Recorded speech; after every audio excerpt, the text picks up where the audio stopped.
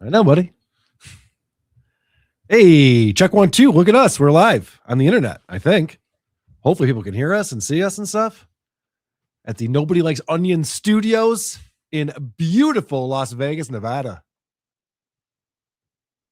We're doing it. We're doing it. It's happening. I'm on before the show starts because I want to test some things because we're rerouting audio and setting up microphones. It's a whole thing. You know, Patrick does a show by himself because he doesn't want to have that much equipment in this place. He just wants to have the one camera staring at him, turn the lights off. Ironically, I think I have more equipment than a lot of people. You have way more equipment in this place than I do. That's for sure.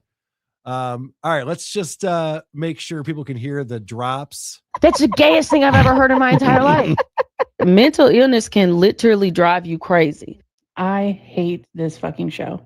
A man named Carl.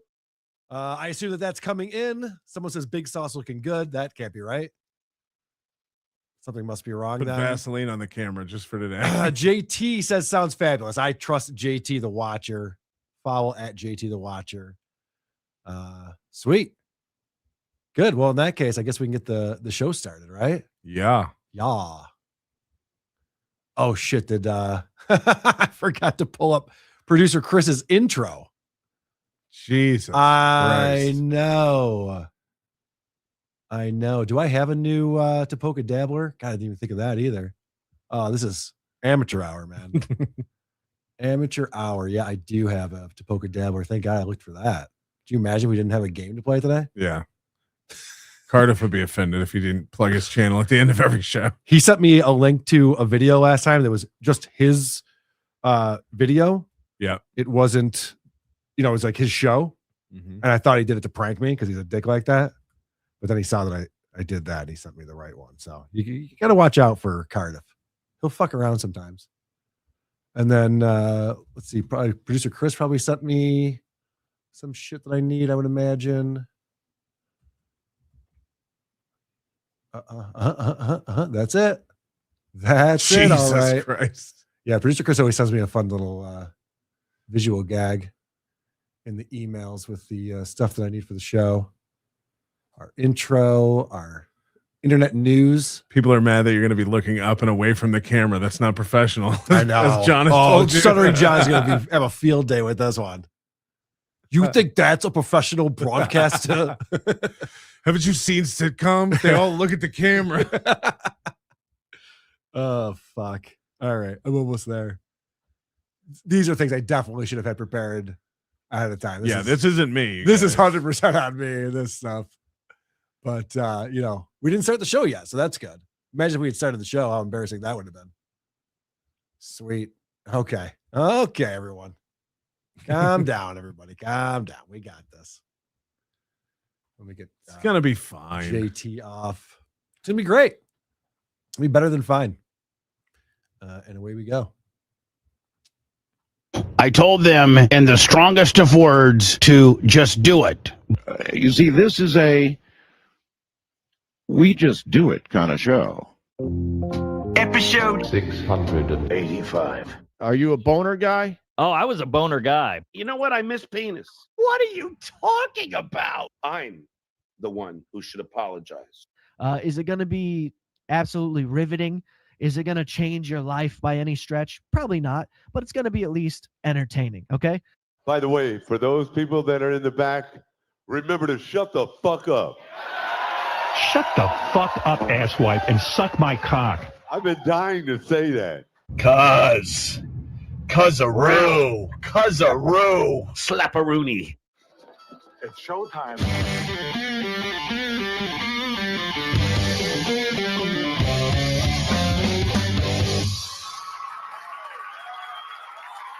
WATP. WATP.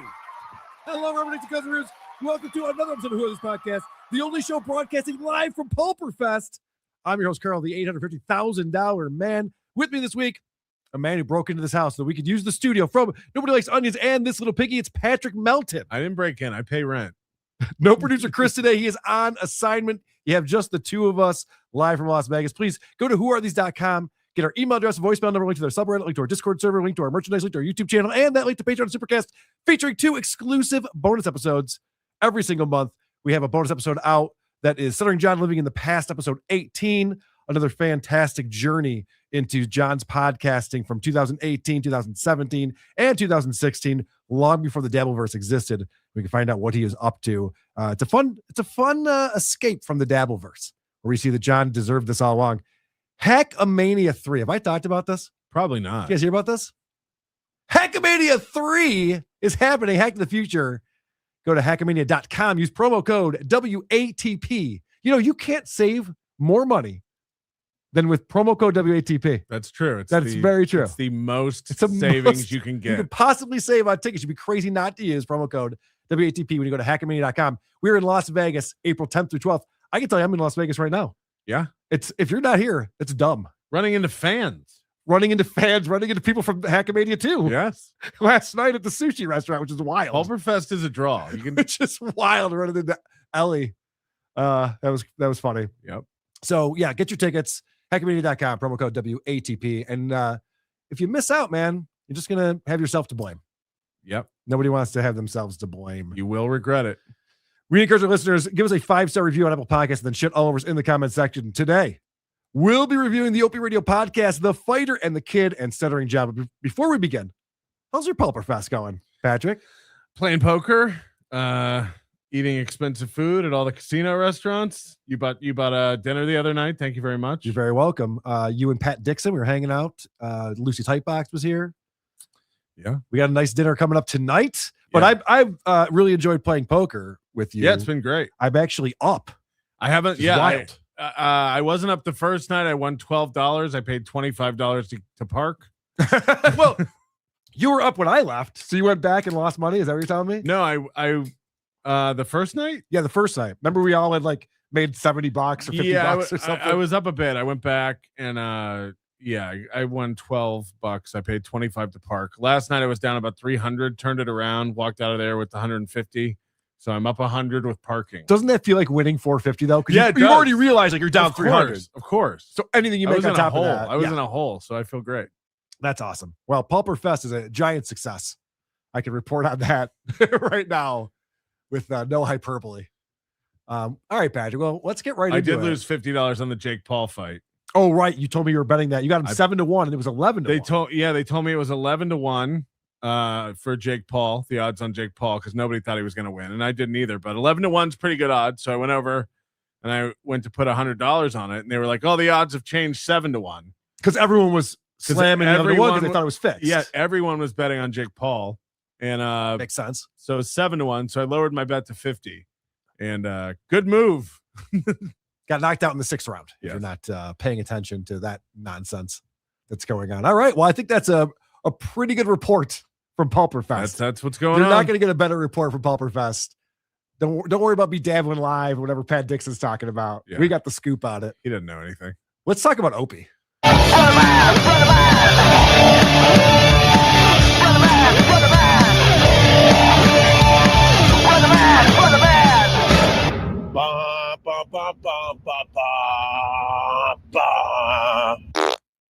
I know you love yourself some Opie. I love it.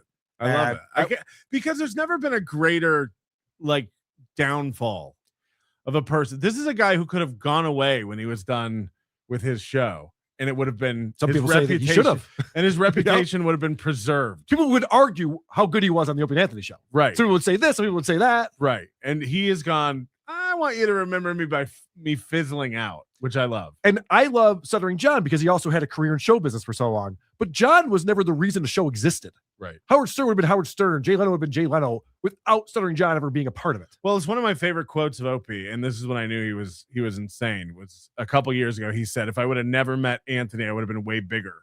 Yes. Which is he's insane. one of the most insane things I've ever Yes. heard a man say. God damn it. If it weren't for his racism, I would have really taken off in show business. So Opie has really climbed his way down the ladder. And he starts off his show every morning before the sun comes up. And he's singing a little song and he's welcoming everyone to the show. Good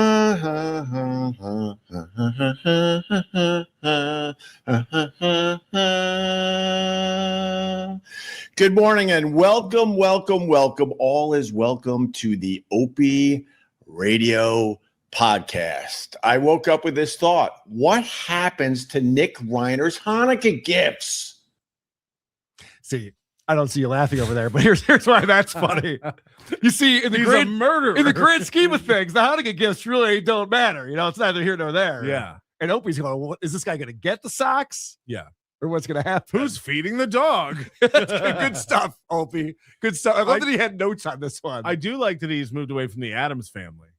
Oh, right, To yeah. open the show. He's doing I can't see me. Loving it. Yeah, no, he's always got a tune in his head and ready to entertain us. You ready for topic number 2? That was topic number 1. Is he going to elaborate on that? Nope. Oh, okay. That was the joke. That's it. Let's going to do topic number 2. This is the big topic of the show. Is anyone else feeling the stress? I'm feeling the stress. I think today's the day. This is the cutoff. This is the cutoff for us procrastinators. You've been looking online for Christmas gifts, Hanukkah gifts. Today's the cutoff. Pretty much if you don't get your order in today, it's not going to be delivered in time for Christmas. Today is the day. I'm feeling the stress. Is anyone else feeling the stress of this? Or is everything just great out there? Good stuff. What day is this? This is the 19th. This is yesterday.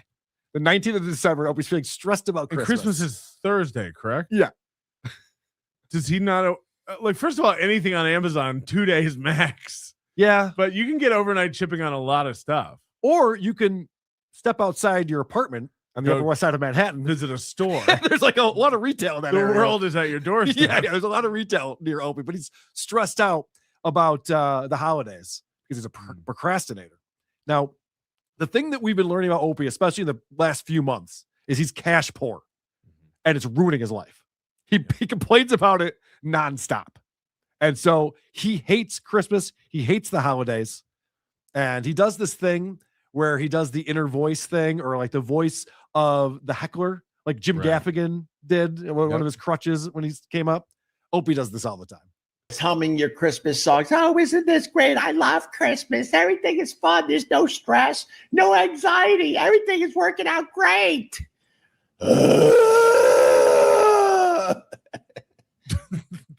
What's great about Opie is he has no job. He's got nothing to do all day, and he gets stressed out over Christmas. Like, you know what? The rest of us work and buy presents and are prepared. I'm going to pitch a Christmas movie where Opie switches places with Ron Burman because he wants that Yes. carefree life. You're like, you're so lucky. You don't have anybody to talk to. You don't have to put up a tree. It's the dream. Yeah. You just sit alone. You're just home with your gay roommate celebrating Hanukkah. It must be amazing. Family's a burden. So Opie gets stressed out. I don't know if you saw this recently, but it was his wife's birthday. Yep. And then not long after that, it was his daughter's birthday. And he bought his daughter an iPhone. And that was like 3 episodes of just stressing out over these birthdays that he had to be prepared for. It's like, yeah, the rest of us like celebrate people's birthdays in our families and go through all this shit. And we also have other responsibilities on the side. So it's like talking to, your dad after he retires. And like, Dad, what have you been up to? Oh, so busy. Do you really so busy? Do you really think his financial situation is so bad that buying an iPhone is like that's a hit to the monthly budget? Like, do you think do you really? I have evidence of it. We have evidence coming up. Opie is I broke. just can't imagine this guy doesn't have millions and millions in the bank. He doesn't. He's not liquid at all. He has these properties and refuses to sell them. Multi-million-dollar apartment here in Manhattan. Yeah. And he hates it there. Right. He complains about it all the time. Sell it. Does he only have the two properties? So he claims to have a place in Philly too. His wife's from Philly. Got it. So I don't know if that's like her family, but he's got the house in the Hamptons let on the one beach. Go. Sell one of them. Yes. What are you doing? I have a feeling that, so the kids are in private school in Manhattan. I have a feeling that the wife is going, no. We have to stay in Manhattan for the kids. Because if it was up to Opie, he'd live at the beach year round. Yeah, because this house is sitting empty most of the time. Yes. Out in the Hamptons. Yep. The real estate market is about to trend downward hard, as all the experts say. It's time. It's time to let it go. The property taxes, what are you doing? Well, Opie has decided he's finally going to take care of Ron Burman. Now, Ron is Ron the waiter, and he's been the sidekick on the show for a while now. And Ron, as we all know, doesn't have a lot of money. He lives in a kind of shitty apartment in Astoria. And, we've seen his bed. We've seen his bedroom. He shows us the place. It's really low drop ceilings. It's depressing. I didn't see the new bed. I heard you mention that he got a new bed. He did. Or a new mattress. Yeah. I haven't seen nice. that, but I did see the old one. It's crazy. So Opie has decided he's going to have a day called Ronakuh. And it was supposed to be this past Thursday, but I guess it's moving to Monday now. And Ronakuh is the day where all the super chat money goes to Ron. But there's more to it than that. Opie claims he's going to go above and beyond to give Ron even more money on top of what he makes on super chats. Okay. Because Ron goes, will you match it? Ron's like, yeah, no, why don't you double it? Putting Opie at the spot. So he's like, yeah, I guess. This could be dozens of dollars. I know. You're going to find out how much you made on this episode in a little while. But first, Opie announces Ronakuh and has all sorts of technical issues, unfortunately. This is important information that's coming out. Do a little something on the other side because everyone's going to be like, Opie, you're skating. You ain't giving nothing. No, that's not. Well, I will contribute handsomely, as they say. Okay. Because I don't know if I'm allowed to say that I'll match. I don't know if that's in the official rule. You're doing it in private. I can't hear nothing. Opie. Hi, Ron. Dude, you're going in and out with your volume. What do you mean I'm going in and out? I thought we were having I know, that's why I said there's tech issues on this, because I didn't want you to be like, oh shit, start rerouting things on the board. Yeah, so Opie's audio is cutting out as he's talking about Ronakuh. Now, you might have heard something that he said in there. And he said this last time he brought this up. He's not sure, according to YouTube's terms of service, that he's allowed to match the amount in super chats to give to Ron. We'll have to comb through the terms. Now, Patrick, in what world does YouTube police the amount of money two friends exchange with each other? Don't let us catch you doing that. You better private your Venmo because we're watching it. What is this money to Ron Berman? Explain yourself. Did he expect Ron to get scared and be like, yeah, you better not. You better not match That's it. the only thing I could figure. He's like, Ron, I want to give you more money. I just don't know if it's legal. My hands are tied. Yeah, I don't want to lose my channel over it. Ron's like, oh, don't lose your channel over it, please. That'd be terrible. And then, by the way, this Tony's here. Yeah. Is Tony? Tony's doesn't get anything for Christmas. Yeah, he doesn't get anything. So Tony's now a new part of the show. And he's just like, yeah, so Monday's Ronakuh. It's Ron Day. Right. And Tony's just like, cool. All right. You're new here. You're going to have to, you're not vested. You don't get a share of the profits. By the way, Tony P is a stand-up comic. Opie describes it as very funny comic. He's drinking out of a coffee mug that says coffee makes me poop. Yeah. It's got a photo of poop on it. It's a diuretic. It's good stuff, huh? Pretty funny, pretty clever. It's a scientific mug. Pretty clever stuff. All right, so I'm going to go to Ron has to remind everyone that Monday is Ronakuh because Opie was breaking in and out when he was explaining this. Ron's very excited about this. Ronakuh Day starting at 6. Every super chat I get will go to Ron, and then I will do something at the end of that. I'm not skating. I'm not sitting here, giving nothing. Trust me. All right. So that'll be Monday. That's all we need. That we're done with that for now, Ron. We only got 45 minutes. We got shit to do. Okay. Hope his door guy doesn't see this. Yeah, wait. He's getting the super chat money. I don't get anything. What the fuck? So Opie's trying to both look like he's taking care of his guys. Yeah. But also complaining about taking care of his guys at the same time. Yeah. So it's not a good look. It's not helping him. Wait till dinner tonight. Oh, you're ordering that? Jesus.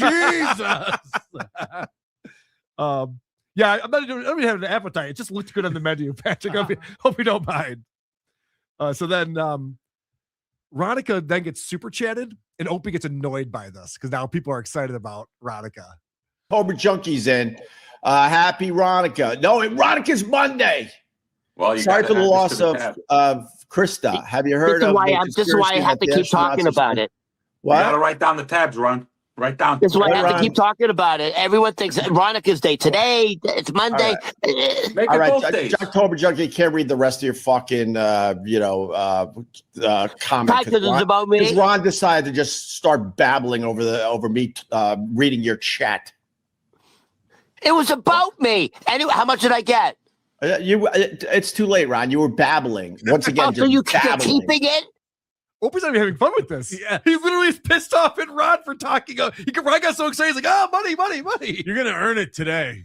Yes, Opie is pissed that Ron's babbling. I gotta start watching this every day. It's fun. because it's madness. It's madness. Now, watch this. Ron continues to get lectured by Opie. Blue Christmas. But Jesus, Ron, Opie. The guy had a $5 chat for you, and he had something else to say in there that would have been good for the Go ahead, discussion say today. But it. then you started I wanna hear what babbling, people- so I'm good. God, you're like a spoiled little boy. Can we read what the fans say about me, It's too please? late. It's too late. Wow.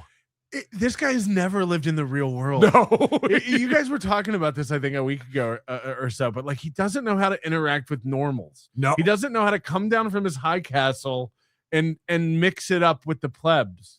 And it's funny because he thinks he's the common man now. He thinks he's the voice of the common man. He's against taxes and cost of living expenses. Everything annoys him. Everything annoys him. Meanwhile, these guys are just regular schlubs and they get shit on nonstop and it rolls right off. They're like, oh, come on, you're just a child. Yep. So Opie is trying to be the common man and speak, have our voice in mind.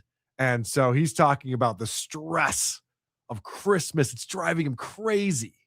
I'll be honest with you, because I'm bopping back and forth because I'm feeling the stress of Christmas. The stress is driving me absolutely insane, and I'm a procrastinator. Today is the cutoff day. If you don't get your orders in, you're not going to get the packages in time for fucking Christmas. And I can't sit here and make believe that adults like Christmas. We don't like it. I mean, Disney adults like Christmas. There are a lot of adults that like Christmas. From where can you not order something or get Someone something? must have told him that. He freaked out. Like, what? It's my last day to order stuff? Fuck. He was not prepared for that information. Yeah. So this is stressing him out. And on top of that, so it's bad enough he has to order all of his Christmas stuff today. On top of that, there's another reason why he hates Christmas. And this is actually the real reason why he hates Christmas. The city drops the fucking city tax bill at the end of the year, right around Christmas. It's like they can't even figure out that most people are stressed out, and maybe you should maybe delay the dropping of the city tax bill. Oh my God! Of course, it's stressful to be an adult. Have you seen these restaurants? Right after you finish your meal, you're full. You feel like you're bloated. They drop the check. They want you to pay right then. Send it next week. When I'm This is what's so funny is that Opie's complaining because he can't budget like an adult. Yeah. He's like, I have to pay my taxes like at this specific time. Like, yeah, it's the end of the year. Yeah. Kind of makes sense, actually. And not for nothing, living in New York City does suck. They do nickel and dime you, and the taxes blow. Nobody told you had to live there. No. You lived in New York. You know how it is. Yeah, you got New York State tax. You got New York City tax. Yeah, I left New York because I said, this is insane. Right. It's stupid. But for some reason, Opie, I mean, you can tell the reason why he's stressed is not because it's the last day he can get presents, because he has no money. Right. He wouldn't have brought up the. I find it so hard to believe. You said there's going to be proof here. Oh, yeah. But like, how has he not squirreled away and invested money? Like, how much do you think he made over his career? Okay. Any estimate? Okay. So, I mean, when they're on Sirius, they're making $2 million a year or $3 million a year. I've heard that's the range. Okay. But he had multi-million so 10 deals years before that. Of that, 9 years of that? Yeah. And then add in what he was making on NEW. And I mean, right. Once they went into CBS syndication. Right. And like, so he should have put away $10 million. No, I think he Easily. did. So Anthony has said this, like Opie does not spend money. He always put his money away. The problem is he's paying for a New York City apartment, the Hamptons place, right? And it's just like slowly draining all his money because there's no income coming in. Right. And he said this on his show a few months ago. He goes, I think I have 5-6 years and then I need to get a job. Well, it goes to your point because it's like he's talking about stressing out over Christmas and stuff. It's like, you don't have a job. What do you have to do all day? Go buy presents. Yeah. You have all day, every day to just go shop. His kids are in school. Right. His wife definitely wants him to fuck off and get out of the house. So it's like, yeah, and you can walk there. You can walk down the street and find anything you want. Yeah, put the phone down for a minute and stop making fun of a homeless man and dip into one of Did these you get Christmas stores. shopping done today? Yeah. No. There were some Asians I had to prank in the park. So. I'm buying my wife a Coach bag. She wants a Coach bag. All right, so Opie's in a really grumpy mood. He's really pissed off about Christmas coming up and having no money, and he's just mad at everyone. Talking about Taylor Swift yesterday. She gave out $198 million in bonuses, and everyone's like, "Oh, this Taylor Swift, she's such a great lady." I thought about it after we finished yesterday, Ron. She could go screw too, because she got most of that money off her fucking fans that were saving up and having lemonade stands for years to hopefully get enough money for her ticket in the nosebleeds to see this Taylor Swift. Hot take. You know how Taylor Swift makes her money? From her fans. What a bitch! Should her tickets be $10? It doesn't make any sense. Opie, how did you make money from Sirius? Oh, from the fans. I Right. can't wait till he finds out about Ticketmaster and what they're doing. You know what this Ticketmaster's doing? They're buying up all the. So Opie is trying to be the common man. He's like, Taylor Swift gave out $198 million in bonuses. Mm-hmm. So it's like, wow, that seems really generous. But Opie's just like, well, that's because she has a lot of money. Well, yeah, but she could have just kept it. So I think it's pretty nice that she would do that. But Opie's the common man. He's the voice of the people. You know, we all have to sit here and fucking take it. And I'm sick of it. So I'm going to yell and scream for the common man. Holy shit. Everyone's looking at Taylor Swift like, oh my God, look how nice she was. She gave out $198 million in bonuses. That means she made a bill. Okay. I used to think the problem was for sure he doesn't know how to relate to these guys. Right. But they also don't know how to relate to him. When you think about the Opie and Anthony show, like it was a room full of millionaires. And Jim Norton. This kind of stuff would work. Jim Norton's probably a millionaire. He did all right, but it took a while. But this kind of stuff would work when they would like rag on poor people or these fucking homeless are disgusting. It would work. Of course. But like these guys are just sitting there going like, what is this guy talking about? Right. He's trying to relate to them by going, can you believe that Taylor Swift made $1 billion? Like, yeah, she's the most famous pop star on the planet. Of course she made $1 billion. Good take. She had a giant tour and a movie that came out. Yeah, she made a lot of money. Who's mad about that, by the way? He's cranky that a pop star made a lot of money. Her fans seem to be super happy to wait in line or to take out a new credit card or to travel around the world to line up to see her show for thousands and thousands of dollars. Opie's mad that no one's doing that for him anymore. Also, the idea that they had lemonade stands. So now he's saying like Taylor Swift fans are all 8 years old, right? Which is not the case, right? I know a lot of adult they're Swifties. All 38. Yeah, unfortunately, I know a lot of adult Swifties. And can you believe they had to do a lemonade stand in order to make enough money to buy purchase a ticket? Yeah, all those adults who are. She had an album named 1989. You can do the math. Yeah, exactly. All right, so I want to remind you that again, this is on the 19th of December. So this is FU Friday. Okay. Now, Patrick, you familiar with FU Friday? I thought Who Da Man was on Friday. No, Who Da Man. Well, Who Da Man's an ongoing bit. That can be any day. I got it. FU Friday is just for Fridays. And that's when you tell off whoever's bothering you. He couldn't get the trademark for whipping out weird. Wednesday anymore. No, he didn't. Whip it out Wednesday. So they used to have, what was the call-in line they had? The FU line, right? Yeah, it was the FU line, yeah. right? And people would just like call in and leave voicemails like, my boss is a raging cunt. You're like, okay, cool. So I guess he's trying to recreate that. Okay. With the FU Friday. And Opie's got a great FU Friday for us today. And, my FU is simple. FU to RFK Jr.'s voice. Good stuff, Opie. All right. A little scratchy. Got him. Scratchy. I get it. I hate to be RFK Jr. right now. Fuck. Got me good. All right. Then I'm sure you've heard the news about the Kennedy Center being renamed to the Trump Kennedy Center. No, I had not. Okay. So Donald Trump is out there renaming things. Unsubscribed from the newsletter. Smart. Donald Trump's apparently renaming things. Okay. And Opie's pissed about it, but it always comes back to the fact that Opie is a poor. It's named the Kennedy Center because he was assassinated. It's in memoriam to him. I think you need congressional approval.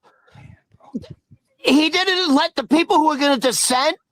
There's one Don't you guys congresswoman. realize that this is they just another muted thing to her get mic. people He fucking couldn't yelling at each dissent. other, bro?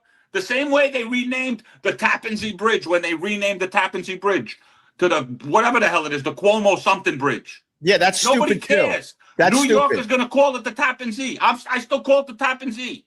I still call the 59th Street Bridge the 59th Street Bridge. It don't fucking matter what the hell it's called. They just make it a big deal and people go crazy.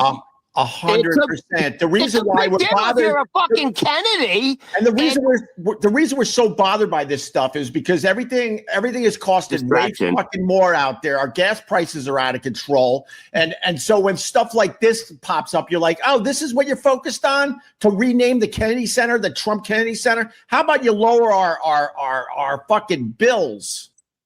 Is that what the government's supposed to do? And these Lower kids our with their bills? music today. I know. Opie's missing the mark so badly on this one. This is gonna blow your mind. I still call it Twitter.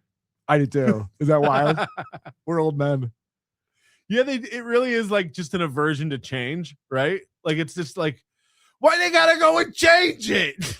Well, no, but Opie's complaint is that they should be fixing gas prices. Right, because those two things cost the same.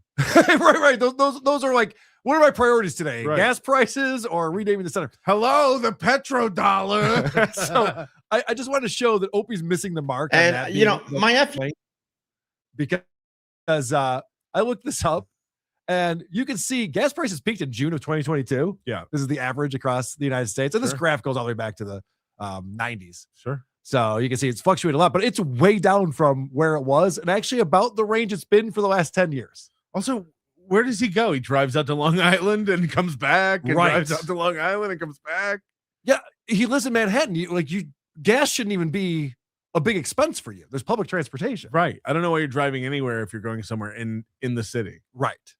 So Opie picked the wrong thing. It's like, oh, you're going to rename the Kennedy Center and gas We're prices paying are too out- much for eggs. Right. I mean, that would have actually made more sense if he would have said eggs. But they're also down. So Yeah, that also well. would make no sense. But why would Opie know any of this? He doesn't. And so I give props to these guys. And even Ron the Wada, who's a big Democrat and a Trump hater, even he realizes that's a really dumb argument. $3 a gallon, good or bad? Is that good or bad? $3 That a should gallon. be in the low twos. And then I'll start thinking it's good. Dude, that was the 1970s. But we can get it down in the 75 low cents in the 70s. twos. So Opie's, common man, missing the mark yet again. Gas should be in the low twos. Based on what? It'd be nice. That's what I would feel like. I guess that'd be cool, but what are you basing that on? It should be in the low twos. When's the last time that was the case? In high school, I remember filling up for 91 cents in Florida, in Central Florida. Would you have a moped? No, I remember 91 cents a gallon gas. No shit. There was a period when I was in high school. Yeah. Wow. I do not remember that, but I think it should be the low twos. Yeah. I just like that they're arguing about, why is Trump doing this when he should be doing that? And like, even Ron's just like, actually, Trump's doing a pretty good job with gas prices. You really can't argue with that. So Tony is the comedian. He tries to bring some levity to it. Like, why are we arguing about gas prices? Let's have a little fun. And the Opie, look at his face on this clip. What I'm saying is, if you go into a strip club, the price of a lap dance currently, I believe, is somewhere in like the hundreds. Like you got to pay $100 a song or something like that. It's ridiculous what they're Dude, it charging. used to be $25. So did you see Opie making that face? It was like, whoa, we're talking about strip clubs and lap dances? This is outrageous content that we're doing. It used to be a shock jock. I can't get over the fall. I know. I can't. Every time I watch them, I go, like, I listened to these guys for 9 years. Mm-hmm.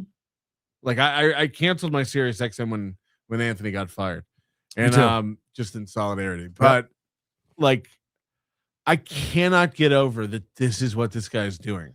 This is, for the Dabbleverse fans, this is Karmic X. This is Gino Visconti. Yeah, it's insane.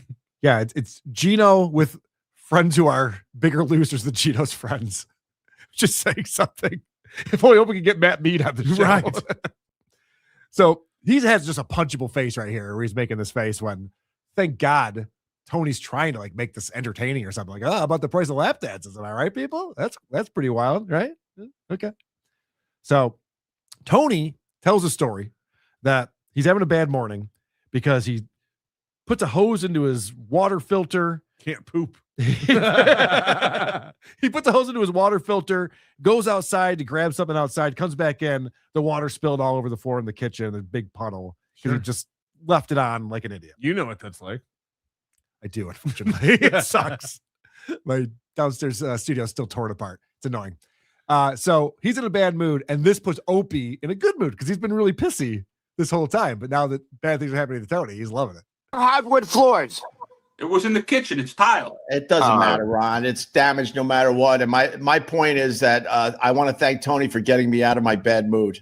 Well, you're Dude, welcome. as soon as Tony said he had an inch of water in his living room, I've never seen you so happy. What the fuck's wrong with you, man? You are crazy. Like you're taking joy out of someone's fucking You want me pain to and put the misery. icing on the cake? I woke up because one of my dogs, sometimes they can't control themselves, and there was a big ass turd in the kitchen too. Oh my God! Look at Opie. Oh, Opie, does that make you feel? No, that's gross. That's fucking Happy gross. birthday to me. This Caddyshack in his living room. And if you know if this would have happened to Opie, like we would have heard nonstop about it's leaking to the floor below, and I got this expensive tile. So we got to get that and find a match for it. It's gonna like what happens to his poor friend, and he's giggling. Yeah, that's great. Can't That's contain great. himself. This guy lost his Roku TV and his air fryer, and it's gonna be way more of a hardship on him. Yep. And that puts Opie in a good mood, and Ron calls him out on that because Opie's giggling over it. But you just heard him say that also the dog shit on the floor. Yes. And Opie is a pro who knows how to keep the show moving when he hears something like that. I had to pull a duty out of my my dog's butt yesterday. It was just hanging there. The worst. It was just hanging. I don't know what it was. The grass or attached to. something. Huh? A hair, Connected maybe. to grass. I don't know. Pull it, keeps I got. coming. I got. Do you notice we're the only species that wipes our ass? Good stuff, Ron. You know, Opie's I never a pro. really thought about it. Opie's a pro because he's like, yeah, you know, poop goes out of my dog's butt too. They're like, yeah, that's good. And then Rod comes in with the fun facts about who species wipe their butt. It's not even true. Dogs scoot, which is technically wiping your ass. Dogs also use their tongue. I don't know if you've seen that movie before. I love when people like let a dog lick all over their face. They're like, you know, dogs' mouths are actually clearer than humans. I'm like, definitely not. I don't lick shit at all. Mm-hmm. I spend all day not licking shit. Yeah, that's a fallacy. It's definitely a fallacy. But it makes people feel better about their dog licking their face, so it's all good. Good thing that your dog's afraid of me. Yes. I didn't get any licks on the face today. Yeah. She's not sure what to think of Carl. She doesn't know what to, she was making fun of my club foot when I walked in. And it was all downhill from there. God damn Heard it. about you. Bitch. All right, so then Ron does know how to keep the conversation going. So he's more on this shit talk. Don't need to. Because if you eat naturally, there's a waxy buildup on the poo-poo that will slide off your skin. What the fuck are you talking about? I'm telling you, baby. Okay. So Ron is saying we shouldn't even have to wipe because if we ate better, our shit would have a waxy substance on it. It would just slide right out. Yep. We'd have no problems at all. Maybe he's not wrong. Maybe we do need to take a look at ourselves. How much are you wiping? Do you want to eat cleaner? Cut my toilet paper bill down to zero. Yeah, right. All you have to do is eat berries. every Money day. saving too. Yeah. Now, let's finish up the show. Getting back to the Ronakuh talk, because Rod's very excited about Monday. That's going to be his big payday. Hey, Opie, tell them what's happening on Monday. Monday is officially Ronakuh Day for real. I the frustration I feel doing these with Ron, it's palpable at times. And then I smile and I enjoy my time with Ron the waiter. And I want to show my appreciation because he absolutely has pumped up these live streams in recent months. So Monday is Ronakuh Day, all super chats that we make. Don't get too excited, Ron. We made I think $10 today. But on Monday, every super chat goes to Ron Berman Comedy. And then I will do something handsomely as well. Because I don't know what the rules are with super chats. What I really want to say, but I don't know if you're allowed to. I want to match whatever super chats come in on Monday for Ron. But I don't know what the rules are with YouTube. We could break the rules on that, Opie. A little All right, under the table matching match. So Opie, I don't understand what he's doing. I don't know if he's really confused about it or why. He's like, I want to say I'm going to match it, but I don't know if I can say I'm going to match it. You just did. I have two thoughts on this. Please. Number one, this reminds me of Aaron M. Holt and the way he kind of treats Johnny. Yes. So like he'll do this thing where he just constantly berating Johnny Crutches. Your mic is muted. Why are you looking at your phone? Why are you always high? He hates him. Yes. He hates dealing with him. I don't know if you caught this because I didn't catch this little piggy yesterday because I'm in Vegas. Anyway, but he had a thing on where after Johnny Crutches went off the show, the chat started talking about how he wasn't funny and on his game. Yes. And he was Aaron's doubling, just reading the free chats. down on it. Just like, Yes. yeah, I know. He was arguing with me. He was talking over me. It's like, what an Insubordinate. asshole. What an asshole. He wait till he leaves to call him out. But then he'll also use Johnny as a tool to like everything over the goal where it's going straight to Johnny. He Right. does that kind of a thing with the money as well. But number two, I'm wondering if he's going to take out YouTube's cut from his matching. Oh, that's what I want to know. I guarantee it. I want to know if he's going like, we got to wait for the results to come. Like Kevin Brennan, like we got to see what the net is. Honestly, they're not wrong though.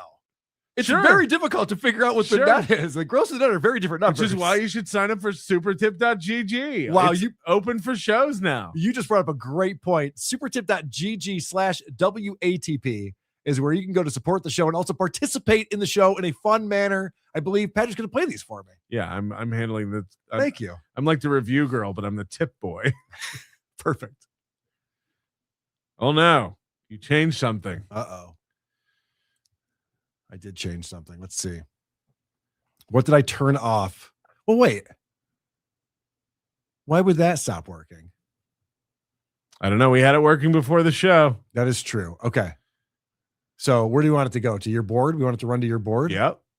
Okay. I wish you people could see the audio software that is on the screen right now that Carl uses. It looks like the spaghetti monster. All right. All right. This is insane. We're all having fun. We're all having fun. Oh, wait. No, it should be. All right. Play it again. Let me see where it's routing to. Okay. 9 and 10. Okay. Oh, this was the one that was fucking up. Let's see. NYC.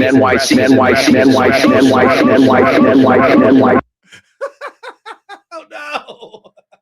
This was working. It was working, wasn't it? Yes. Fuck. Well, because, oh, God damn it. Let's think about this. So that's coming in through Chrome. Right. So that's running on Chrome. I'll tell you what I can do. I can whip up an overlay real quick if you vamp. Well, the other thing that we can do is I can remove this from Roadcast. Oh, this is going to be ribbon. This should be on bad. This should be on Who Are These Podcasts? Cringe of the week right here. Holy shit. We knew we'd have something go on because we're trying to No, it was work. We got here 30 minutes early. Yeah. We got all this working. We did have it working. Cringe of the week. Cringe of the week. All right. So we have some great stuff coming up. We do have what's great about our buddy Brendan Schaub, Fighter and the Kid. Yeah. He's trying a new tactic where he's like leaning into the hate and he's like reading the subreddit and going like, hey guys, my stand-up wasn't very good. But he doesn't know how to do that. So he also gets braggadocious about it, which is very funny. We're going to cover that. Stuttering John is suing 2 new people in the Dabbleverse. He's moved on from suing just Shuli and me and decided that there's other people that he has to take down. Doing great. Keep going for a couple seconds. That's going to be a lot of fun coming up. Also, did you guys notice the way that I'm bringing the clips into StreamYard is different than how I normally do it? I'm doing it within StreamYard, which should be the better way to do it, you'd think. Okay, mute it completely on your end so that like it was. Yeah, it is. It's muted. And then I'm going to go back. Okay. I wasn't done with that thing I was saying. But Yeah. I just want to. I thought you were just. It's fine. Talking I understand. mad shit. I know. I just want to see if this is working now. Okay. Nope. Still not working. Fuck. This is on Carl, guys. I'm just trying to help. God damn it. So.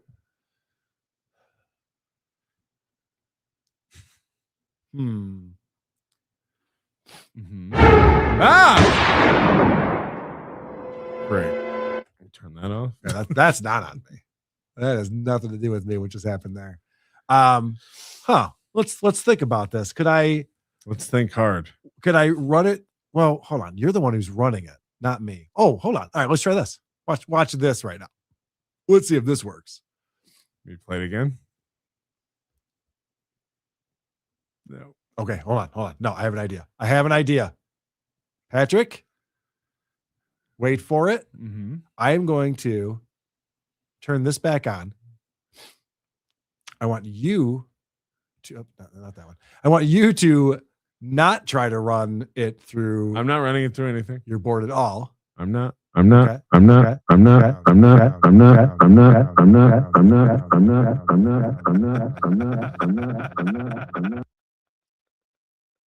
We had this working. I swear to God, everything was working. That's why we went live, because we were testing all this stuff and it was doing just fine. Mm-hmm. Oh boy. Someone, I would imagine Vince the lawyer should be like, this is my super tip. It's just the worst. It just ruins the show. Because Carl's got the most convoluted audio setup ever. It is stupid. It's mostly software I based. can't even believe it. I can't even believe it's mostly software based, which is really dumb. Very few hardware. Do your super chats and member chats, maybe, and then. All right. Sounds good. Let's get started with Kitty 1071. He gifted one. Who are these podcast memberships? Thank you very much for gifting that. If you have a membership, go to the membership tab. That's where all the bonus shows are. We do 2 every single month. Preacher Bill says JT is a backstabber. Ask about Emily. Is that true? Mike Roch. Merry Christmas, guys. Kick ass. Thank you for the $10, Mike Roch. And Merry Christmas to you. I'm not stressed out about Christmas. Carissa says, thank you for being here. I know you'd rather be playing cards. We'd all rather be playing cards. Yes. That is very true. So thank you for having That's why I haven't done a show in 4 days. It's true.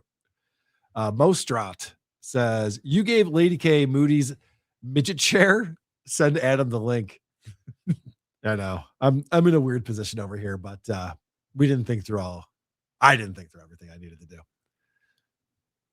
G. Shepardini says, Ron and Tony have made Greg third mic again. Isn't that incredible? Opie always becomes the third mic on his show. You can't help it. Mike Roch says, Melton, who spells worse, Richard Leland Neal or Ron the Waiter? Well, Ron the Waiter, again, I've seen the bed. And if I remember correctly, it was just like sheets on a mattress. No, not even sheets. It was you laid on the mattress and it was stained. Just a pillow? Because, just like some throw pillows. Because he sweats in that bed. Yeah, but Richard Leland Neal he even admitted he doesn't know how many cats he has. Oh. And the flies are just buzzing all around him while he does a show. It's got to be that place. Yeah, I agree. He doesn't know how many cats he has? No, he said, I don't even know. Should be arrested for that. Exactly. Chris Benoit says, we all want to know, Carl, does Melton have a Downs wife? I'm not saying. Listen, I was sworn to secrecy when I got here. She was in her cage. Yeah. She was upset that Patrick had a guest over. She's not allowed out when there's a guest over, unfortunately. G. Shepardini says, Opie doesn't tip. He hates when people that tip their employees. He hates when people tip their employees, but he wants super tips from us. Cheap prick. Oh, yeah. This is all a ploy just to get people super chatting him. So he's like, hey, do it for Ron, guys. Right. Do it for Ron. Then it gets people warmed up to like, hey, these super chats are fun, aren't they? Big part of the show. I can tell you that Patrick Melton will make 0 of these super chats that we get today. Jay Shepardini says the price of Greg shells is way up. That's where the inflation is hitting. Opie is so immature. I can't imagine how he has a wife and kids and what they think of him. I'd love to know what the interactions are. Not that it's any of my business, but I like to speculate on things like that because he does act like a child on his show. Jay Loiterer says, just call Rocco and have him read the super tip. He can do most of the voices and is multiple voices on super tip. That is true. Okay, I've got a different idea to try him when you're ready. I'm ready, buddy. We got through these. Thank you. Okay, let's try this. And if this doesn't work, again, it's all Carl's fault. He'll play him on a special show. God damn it. Nothing. Thanks for the show, boys. I wanted to donate generously to Melton. And I mean generously. But I don't know. Oh, fuck, it's gone. Yeah, I don't. What do you think the solution is for this? Just to cry. Yeah. Just to tell people to stop giving you money. Stop giving me money. Move on. It's not working. We can just read them. We can read them. Oh, I think will this even work? Thanks for the show, boys. I wanted to donate generously to Melton. And I mean generously, but I don't know the super tip rules. It's not what you think. Okay. But there's a new feature on Super Tip where you can play it on the panel. So I can play that and then click it to play. And that should So it's a little more work for it'll you. be a is what you're saying. workaround, but it'll be fine. Yeah. Gagzuki, just a theory, but do you think Opie was supporting FH Riley's? Very expensive to run a restaurant, especially during COVID. It even folded. Well, this is his brother's restaurant. Opie doesn't seem to have any contact with any of his siblings. He doesn't seem to really connect with his family at all. So I'd be shocked if that's what he's spending his money on. I'd be. He never talks about it anymore, right? No, well, it's gone. Got it. Yeah. Okay. Did we go back to the first? I'm so drunk on the Whoozy show tonight. It's not good. Wait. I clicked the wrong one to play on the audio. Okay, Fucking got hell. it. All right, let me play that one now. Okay. Fuck me. This is going to be complicated. I'm so drunk on the Whoozy show tonight. It's not good. Okay, which one? It was the Ralph Melendez. That was the one. Okay. Ralph Melendez beat his son and now he's dead. Well, I deadened my family and now I'm free. Life insurance policies. Okay, I think I got the order. Great. Order to do Cool. this now. You're killing it. Fucking hell. You're killing it, buddy. No, we're not. You're doing great. Crazy when I first started listening to WATP, you had Gino on the rip on John, and I didn't even realize at that time he was dumb as SHIT and on the same level as John, but less ironically funny. Do you think the attention makes Opie even nuttier though? Because I think that's what happens. I think he was probably less nutty when just no one was watching him, and now he does have some people watching him, and it's like Aaron. Yeah, Aaron is driving himself insane because the voices are in the back of his head. We even saw that clip where Opie was doing the hater voice as he's like doing his show, and you see Aaron do that a lot too, where he's like, "And you're going to say blah blah blah." And like, Karmic does it now. Like, yes. Oh, because I'm just a loser. Yeah, because they're reading like, subreddits all day and looking at their comments underneath their videos. Yes. And I say this a lot, Patrick. You do a show by yourself, and somehow you've not developed schizophrenia, right? Whereas like all these other guys I watch, like Opie, when he started doing this, was very different than he is now.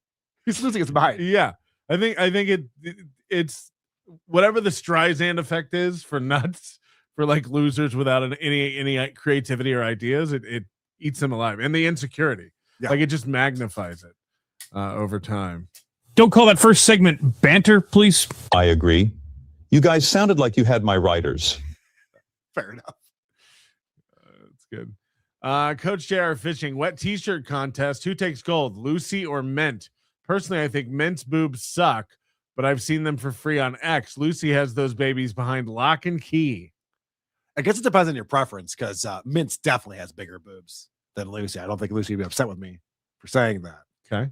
But sizes and everything. No, I agree with you. I mean, I'm not a size queen. Are you? I'm not answering that. That's it, I think. You think? I think we did it. Okay. Cool. Well, thank you, Patrick, for coming up with the work. Okay. Yeah, we do have it. We do have a way to do it now. Awesome. Thank you for doing that. All right. I want to move on to the fighter and the kid, but first, have you noticed that I'm loading up these video clips in StreamYard? Yes. And they're not playing the first second of audio.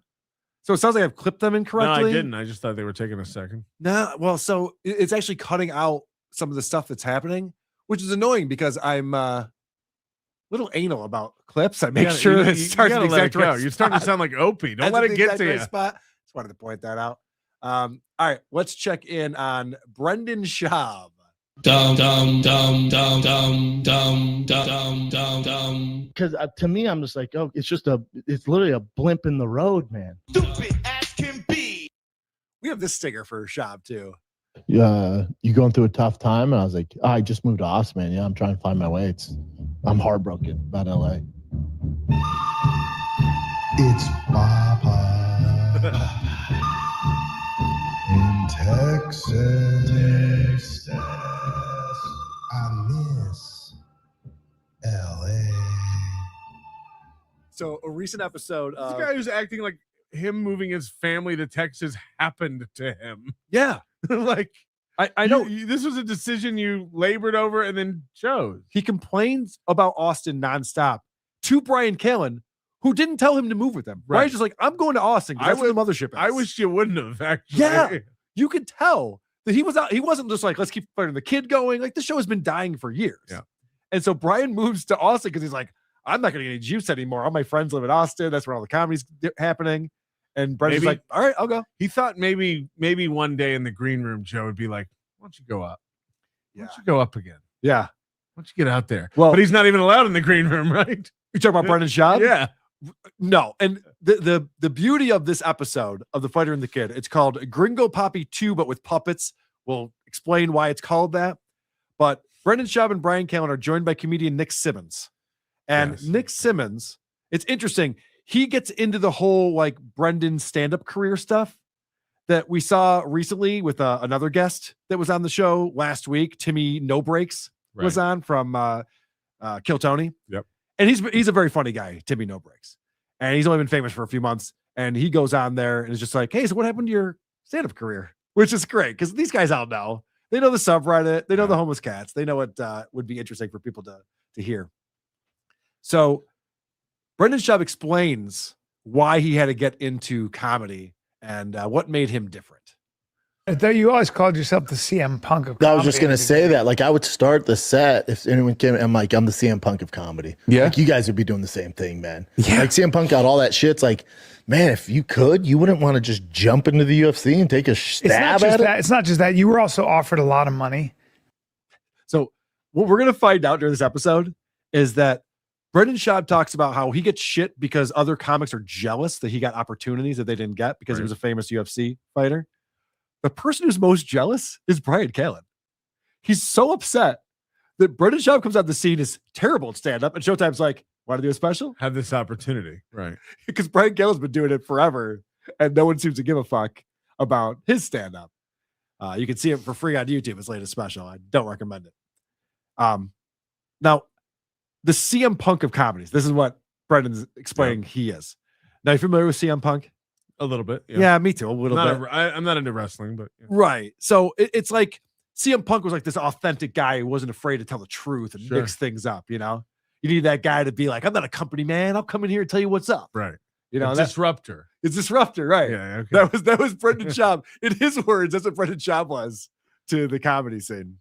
So the question is, why did he do the Showtime special? Because the Showtime special, everyone pans. It's like the worst stand-up special of all time. Sure. The worst rated stand-up special. It's a joke. And so lately, Brendan's been trying to lean into the hate. He's trying to explain, like, hey, listen, man, I probably shouldn't have done that, but you know, there's a reason. The early, so like you were offered a lot of money by Showtime, so much money, and it was like, and I was like, I remember going, no, you can't do this, but you were like, but it's a lot of money. I got to do something. Yeah. You know, Dude, at 2 years in, I got offered one time $14.75. So Brian Callen's like blowing up his spot because in the past, Brendan's just like, well, no, I mean, it's not about the money. You know, I'm doing stand-up. I get an opportunity. Like, why wouldn't I do that? So Brian Callen's just put it out there. It's just like, they offered you a lot of money to do that. And I told you not to do it. And you said, no, it's a lot of money. It's like, yeah, that's the truth. That makes sense. I'm not mad about it. Fair. If Showtime offered me a lot of money to humiliate myself, I'd think about it. I'd weigh my options. Yeah, but you could also tell them you're not ready and do a contract for a future one or something, I imagine. Oh, yeah. I imagine if you told them like the product will be better if you give me 6 months, a year, they wouldn't be like, no. It actually reminds me of when Chad Zumach started having fantasies of headlining Hackamania. Right. And he's like, maybe I'll write a whole new hour and do my next special. Well, there. It's like it's happening in April. You're going to do an hour. He new said he hour? was going to do a GoFundMe and shoot a special this year. Right. Well, how's that going for Godfrey? Great. So he's still at what, 35,000? 220,000 to go. It's so pathetic. All right. So I love that people are bringing this up on the show now because it's what people are interested in. Schaub talking about his stand-up career. And so what Brendan Schaub is trying to explain, he says this multiple times throughout the episode, is that he gets it now. You know, people have been upset with him and ragging on him. And for a while, he was just like, fuck you. Right. Fuck you. I'm a good stand-up. Fuck you. Now he's just like, no, guys. I get it. I understand where you guys are coming from. And it was a weird time, but I also get it. It's like there's comics 10, 15 years in who don't get to that level. And I'm 2 years in and it's fucking popping. I'm selling out every weekend, you know? Yeah. So his thing is jealousy. Yes, they're jealous. The other comics are jealous. Also, he talks about stand-up like there's all these comics who've been doing it for 15 years who don't get to that level. Yeah. And he's talking about that level of money and that level of notoriety. The comics who have been doing it for 15 years probably have far surpassed that level if we're talking about skill. Right. Right. They're talking about two different levels. Two very different things. Yeah. And so Schaub is just like impressed with himself that he was given that opportunity. And we're the Right. crazy ones for criticizing him. Right. You know? And anybody who doesn't like what I'm doing is a hater because of jealousy. You should just be impressed that I got to this level 2 years in. I mean, Right. even if it sucked, I got there. Right. Like, well, that's not how we judge. That's not how we judge art. You got tapped on the shoulder and then you couldn't do it. Yeah. And right. had to quit. Right. That's just not how art is usually judged. So still, he's claiming that he gets it, but does he really get it? A blessing and a curse, right? Because the blessing is you're doing stand up, you're gonna make a shit ton of money, but you're really not ready for it. And it's a tough gig. It's like everything else. It takes a long time. It's tough. It takes Yeah. a long time. But I don't like, I can see how people would get upset. It'd be like if, a kid just started baseball and 2 years in, he's fucking starting for the Dodgers. Like, bro, there's guys that work their whole lives. Like, I get it. That baseball analogy is bonkers. Yeah, because that guy has talent. Yeah, it's all merit based. Right. You don't start on the Dodgers because your last name is Mantle. Right. They're like, oh, were you related to Mickey? Like, yeah. Oh, the play center field. Let's see what happens. Right. But you can, by the end of the weekend, have a bunch of merch and be booked on a bunch of popular shows because you said something funny in a microphone, like the Hawk Tua girl. Right. Good point. And then notice how's she doing? Oh, she's out of podcast. She has a gaming stream now. I think the two people. Right. watch. Yeah. I think she's a Twitch streamer now, and she doesn't know how to play video games or doesn't understand it. So I think, knowing that you're not ready for something, and it's the much more mature decision to say, hey, it would be so much wiser for him to when approached to do these headlining gigs and sell out these whatever, clubs or whatever, for him to go, hey, I'm going to bring my buddy who's been doing it for 20 years and he's going to headline. Yes. But I'll do 30 minutes. It's a mature, it shows awareness. Like, and a lot of people do that. Stuttering John and Friends. Ability to do that. Stuttering John and Friends, that comedy tour. Right. Stuttering John was the name because he was on the Howard Stern show. Sure. But then it was Nick DiPaolo. Right. Who was headlining it, or Right. Artie Lang. Let's or get something. a killer up so you have a good show as So well. people are laughing. And then, by the way, nobody walks out going, Stuttering John sucks. Right. I mean, they might like objectively when like discussing in detail, but the show's not ruined. Right. They laughed at the end of it, so they feel Right. good about it, Right. and things worked out. But we're gonna get back to that baseball analogy. It's like, someone's been playing baseball all their life. This guy gets to play for the Dodgers. Like, I mean, I don't care if you started playing baseball 3 days ago. If you can hit the ball and field, Correct. you get to play Right. baseball. That's why when people always talk about racism in sports, I'm like, they'll hire anybody who can get the job done well. Yeah. Like, no shit. That wasn't always the case. I'll be honest. Sure. Frank Robinson did some good things. Talking about today. Right. Today for sure. All right. So this is more nonsense. He had a hard time with his career in comedy because he was so famous. Mm-hmm. This was really just a curse for him. Going to elaborate on that. Now, think about it. Most comics, for the first 10 years, no one's really seeing it. Like, you can work things out. There's Behind no closed pressure. doors. Nobody knows who you are. Now, go over to my lane where I can't go anywhere. No, and you're doing the fucking You go to store and Ireland, shit. Conor McGregor would show Dude, up I at the can't show.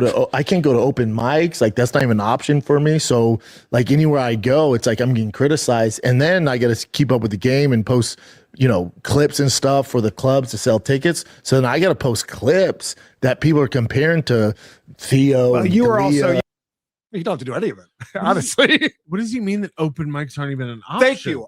I said the same thing. Like, what do you mean it's not an option? You could certainly go to an open mic. Anyone can. And he's so famous. everyone's going to be whispering quarters, having a laugh, but you know how to get over that? Go up and be funny. Yeah, just kill it. Like, and it works in the opposite direction too. Seinfeld used to say, like, I go into a club, I get 5 minutes of, holy shit, that's Jerry Seinfeld. Yeah. It's But if too I'm easy. not being Easy laughs. But if I'm not being funny, Mhm. people start going like, "Ooh, this Yeah. is Jerry Seinfeld." Right. Like, for him to go, I can't even go do open mics is crazy. It's crazy. Like, dude, you should do open mics. Right. Brendan. That's actually if what you want to should be still do doing. comedy, sure. Um, And I think he does. I think he does wish he was still doing comedy. I think he wishes he was good at it because he talks about the friendships that he had, hanging out at the store until 2 Right. in the morning with all his buddies. And they always do each other's But podcasts and stuff. It would be too much of a blow to the ego for him to like go on tour with somebody and do 10 minutes up front and then let everybody else. Which have is the show. crazy Because he was a headliner. I know. And he had specials and offers. And again, they reached such a level. Mm-hmm. Well, let's find out how seasoned Brendan Schaub actually was when we recorded his first comedy special. Because again, Brian's being a little salty here. I think we're going to see this come out. Into like, think about this. He's been doing stand-up for 20 minutes. Okay. And when you say you were in for 2 years, really I could probably count. Find the Kid Lives. Yeah. I mean, but you probably performed, and I'm not joking. By the time he shot that Showtime special, I'm going to make a call. I bet you he performed a total of 40 times. So that's where you get down to like, and I think Nick after this says like, that's like 2 weeks in New York. You're right. Yeah, exactly. Like you should be doing 4 sets a night. That's embarrassing. Well, you're at a different clubs. That's embarrassing. 2 years, 40 shows. Couldn't do open mics.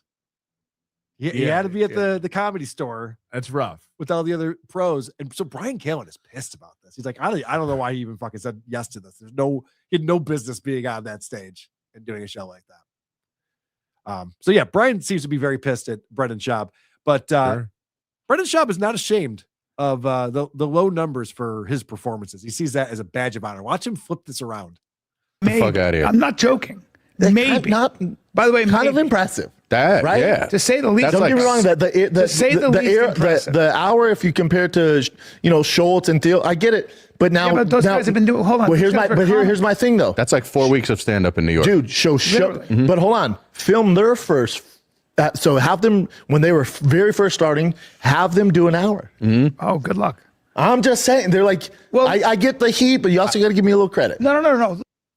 So now he wants credit for having a terrible show, a terrible stand-up special.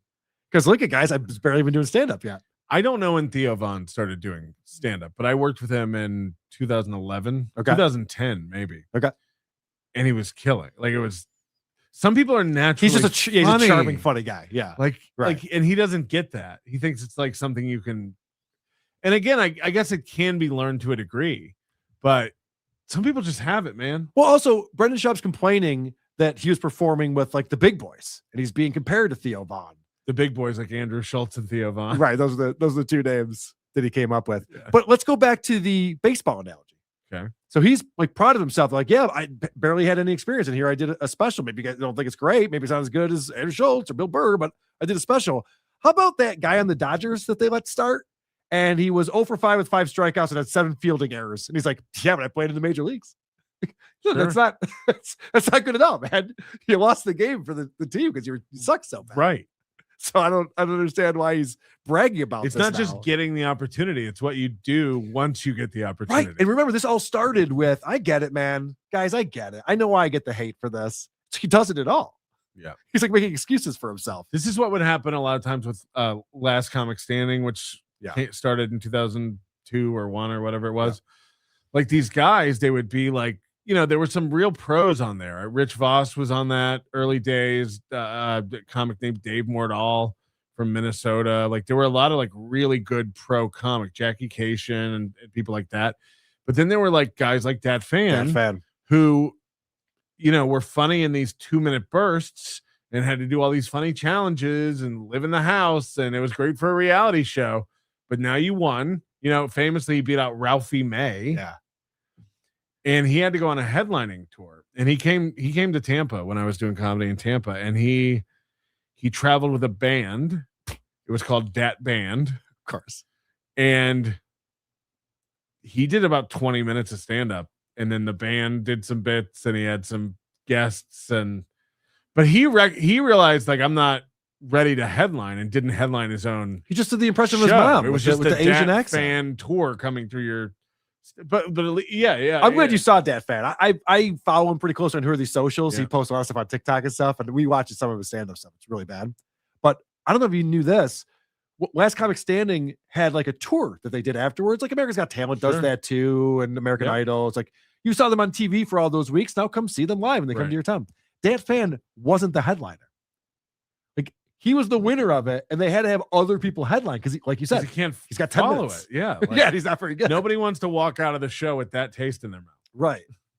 All right, so Brendan, this is the funniest cope right here because Brian Callen makes some statements that are wild.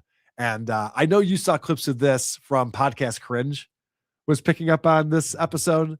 More on that in just a second. But Brian makes some crazy claims. And at the Comedy Store, he was thrown into a lineup with people like myself who'd been doing it for 20 years, Joe Rogan. You guys were Bill the murderers Burr. row of we that, were murderers. of that time. And I'm including myself in that. We were murderers. We would go up there. It would be, all of us who had been doing it forever and at the peak. We were all at the peak. We were all at the boiling point of our sets. Everyone was in the prime. Killing. And then this fucking guy would get up in the middle of all that. Anybody want to try that? Anybody want to try that after they've been doing stand-up for a year? Yeah. Please. Raise your hand if you guys want to step into that. Let me know how it goes. See what happens to you. But to your credit, because you were this giant fighter who had the balls, who would get up and tell a story, and you found your way through. And by the way, your sets were not bad up there. They just weren't. I watched it. I mean, I saw it. And people gave you grace because they knew that this pro athlete who was a giant was up among the best comics in the world. In the world, maybe. By the way, put that whole lineup in the pantheon of comics in the history of. Might be the greatest lineup ever. I think it's the greatest lineup at that time. Holy shit. It's just so insane. So Brian Callen's going, I put myself in there as the greatest lineup of comedians of all time at the Comedy Store. Yeah. And this, look, Sebastian Maniscalco is weird for me. He's good. Because he's massive now. Yeah. And from what I understand, people love him and he's very funny. I haven't seen a lot of his stuff, so I can't really comment. But I don't know if you ever saw that Vince Vaughn's Wild Wild West comedy tour. Yeah. Documentary video with him. Because if you remember in that movie, he he was a waiter and he quit waitering to go on this opportunity, this tour, and sucked. Yeah. Like it took him a while for him to find his voice. It was really bad. Yeah. He's just flopping around the stage. But who are aside from Bill Burr? And again, I'm not saying Joe Rogan stinks. Oh no, they said listen. This was the list. Listen to this. It was Brian Callen, Joe Rogan, Bill Burr, Joey Diaz, Theo Vaughn, and Sebastian Maniscalco. And they go, that's the biggest lineup.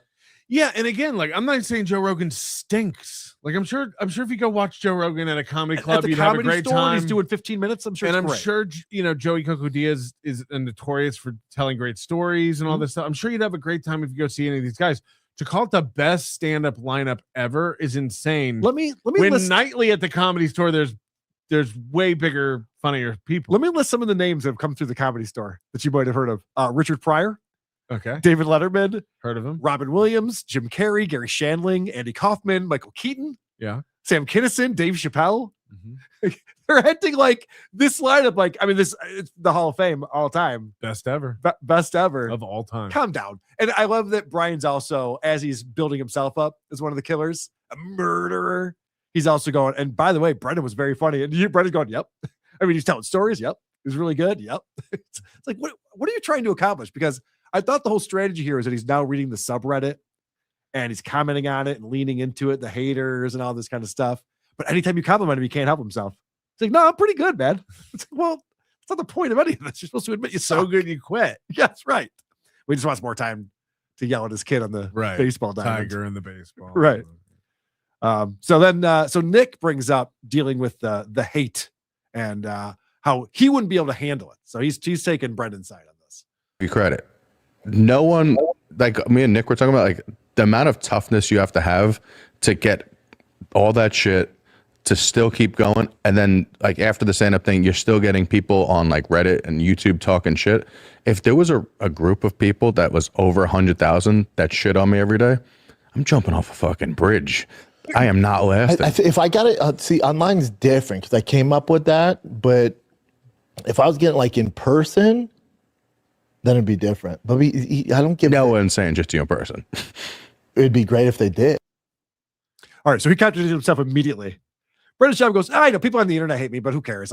People aren't at the show aren't saying shit to me. That would be fucking horrible. Because we've heard how you react to people in cars and a coffee shop. Yes. But did you hear what he just said at the end of that? He goes, dude, I wish people would fucking come up to my face. But a minute ago, he goes, I would be able to handle it if people hated me in person. Yeah. Well, which is it? Are you tough or are you soft? thin-skinned little bitch. Hard to tell. I love that you had to put numbers on it. Like, dude, you got like 100,000 people shitting all over you on the internet. I love these guys going on the fighter with the kid and just like subtly bringing up that like everyone hates you. You know that, right? You're not very funny. You stink. This reminds me when those guys took over your mom's house. Yes. And they're just sorry, shitting on Two Bears, One Two Cave. Bears, One Cave. Yeah. It was And the whole show just became making fun of Two Bears, One Cave. it crushed it. It was so funny. But yeah, Timmy No Breaks, I think, was the one who set the precedent. I'm going on there just being like, so Brendan, you quit comedy, right? You don't do comedy anymore. Why is that? What's the deal with that? So Brendan continues to explain that he gets it. It's never happened ever. So it's just, it is what it is, you know? Well, I'm sure you probably. It takes no balls to do it. I'm sure the comics that talk shit about you when they see you in person, all of a sudden. They're the nicest. Yeah. Yeah. But again, I don't have any anger towards them. I get it. Because a lot of those comics, none of them were ever, great at the art, or they were trying to get there, but they just weren't successful. And I get it. I burst on the scene. I'm fucking selling out every Brea, 5-6 shows, getting my bonus, and like, dude, I've been doing making real money. Okay, this is back to your point. Where it's like the other comics are just upset because I'm getting all these shows. Like, no, but they're better than you. They don't want to be you. Yeah, no one's looking to like fail miserably at comedy because you're thrown into the limelight immediately. And he also said no one else ever did this. Theo Von, I don't know if you know this. He was on Road Rules. Yeah, he wasn't a stand-up. He wasn't a stand-up, No. and that's what he pivoted into. So how's it going? So again, he's like, I get it. I get why people are jealous of me. It's like, Brendan, no one is jealous of you. That's not the issue anyone has. People don't go to the subreddit just like, I hate how successful this guy is. Right. God damn it. That's not the angle. At Louis C.K.'s peak, when his TV show was on and his specials were coming out, and he took him to his own website and was selling them for $5 a piece and all that stuff. I mean, I'm sure there were comics jealous of him, but nobody was mad and jealous of Louis C.K. They were just like, that's the dream. Exactly. Making your own way, right? Killing it, selling out around the world.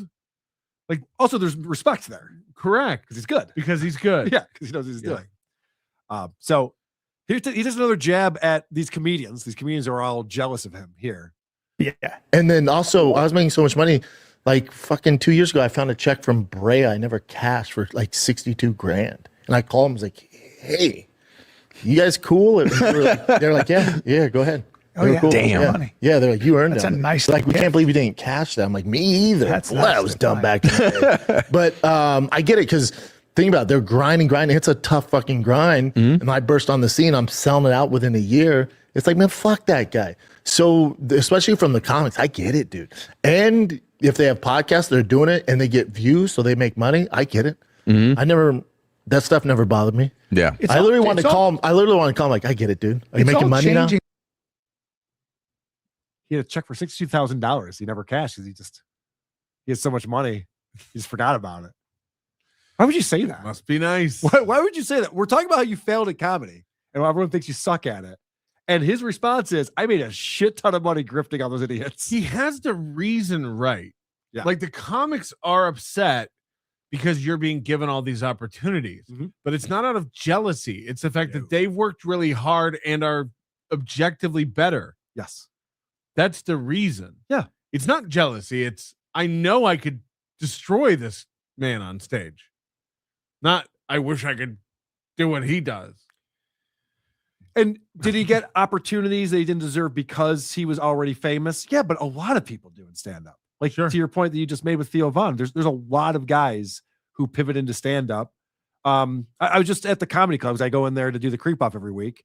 And one of the Jersey Shore guys is up on the big poster on the wall. He's even wearing a Jersey Shore t-shirt in this photo to like, hey, you guys, remember me? Jersey Shore. Steve-O, yep. But a lot of these guys do a great job with it. And a lot of them are Screech from Saved by the Bell. Well, I can tell you this, when Steve-O started, and I've never seen Steve-O live, and I don't know anything about him. I assume he's still doing stand-up or traveling, doing shows. I don't know. But when he started doing that, he hired a buddy of mine, Al Jackson, who's a very, very funny comic, who've been doing this for a long time and had credits to travel around with him and support him and help him and nurture him in the art of stand-up comedy. He took it seriously. He respected it. He realized his place in it. Like, I know I'm going to sell tickets because I'm Steve-O. Yep. But I also should try. Yeah, don't just staple your balls to your leg. Like, tell some jokes. Correct. And I think that there's like it's just a popular thing now. Wrestlers, becoming Mick Foley stand-up comics. Jake the Snake lives here in Vegas. Yeah. So yeah, I think it depends on how you approach it too. If you can humble yourself to go like, I should open for somebody, travel with somebody, we package a show that uses my name to sell tickets, obviously, because that's the opportunity. But to not make it all about you when you know you're not ready, I think it just takes a humbleness that a lot of people don't have. Well, he does not have the humbleness, because for him to say the reason why I wasn't a very good comic is because I was on the lineup of the greatest comics of all time at the store. So in comparison, I get hold my own. In comparison, I wasn't the greatest comic. Yeah. He talked about that in the episode we reviewed last week too, where he's just like, well, my special wasn't Bill Burr's, but no one's is. It's like, that's not what anyone's saying. Right. It was comparing you to Bill Burr on this. Like, yeah, put it up against Theo Von's special after he only did it 40 times. It's like, yeah, Theo Von wouldn't do that. He wouldn't. He would know better. Well, I just want to point something out, because the whole premise here, and they're missing this. Like, Brendan, this is backfiring on Brendan Schaub. He can't help himself. The whole thing was, we're going to lean into the hate. We're going to address it head on. We're going to read the subreddit. They have a Patreon now, The Fighter and the Kid, where he'll read threads on the subreddit and address that stuff, things that they used to ignore, pretend didn't exist. Right. And so the whole point of that is to try to get people watching their content rather than the reaction channels. Because what Brendan is actually pissed about, and Brian Kendall's pissed about, this episode that I've clipped here and that we're watching has 27,000 views. Podcast Cringe did a video about this video that's very good, by the way. 189,000 views.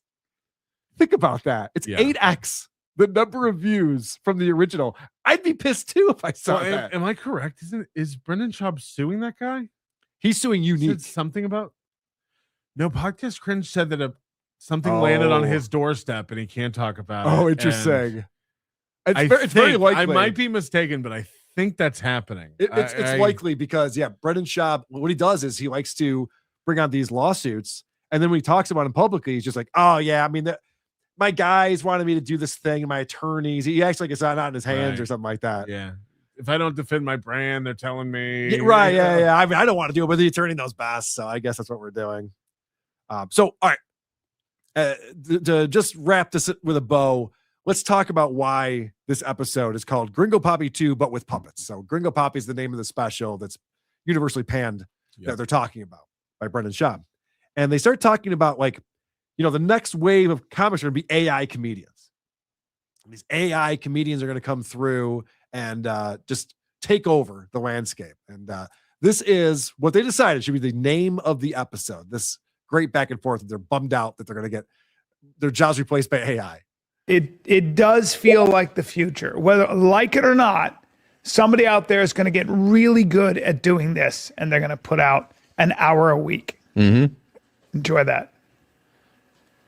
You put Gringo Poppy too. And that guy's going to be Brian Callen. Puppet though. That's really funny, dude.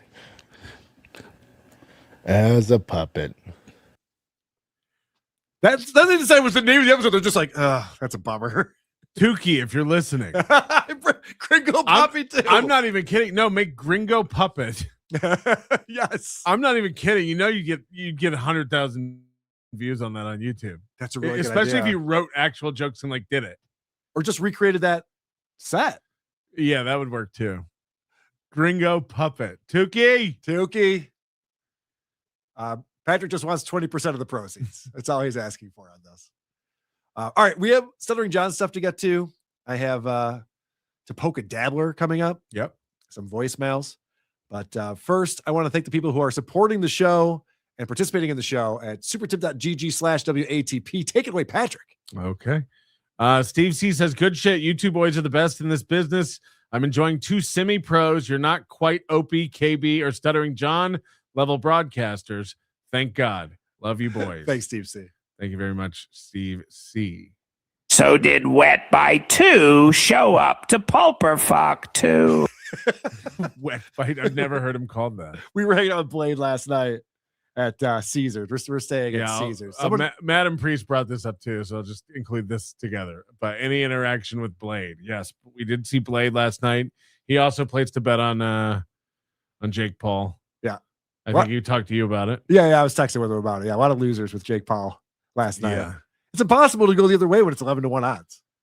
Yeah, I think they just needed money to help cover the cover the bets on Joshua. But I saw in the chat earlier someone asked if I was staying at Patrick Melton's house. No, we are up at Caesar's Palace. We're cuddling. Blade's here. I'm trying to get him to play poker. He seemed like he was gonna dive in last night and play poker, but I don't think he did. But we'll see. He was still bubble craps guy. There's still a day and a half of Pulper Fest or Pulper Con going on. So I was going to say anything could happen, but something could happen. You never know. Something might happen. It's possible. All right. Mo Strote for 20 Mexican something or other says CM Punk dabbled in MMA and run away to Texas in shame. Oh, so he really is the CM Punk of comedy. That makes sense. Michael Gavin Ali, MGA says, are you going to review an episode of Joe Rogan? Rogan is getting weird and stupid altogether. You hear of MJ Murphy at all? Is MJ Murphy the woman with the big tits?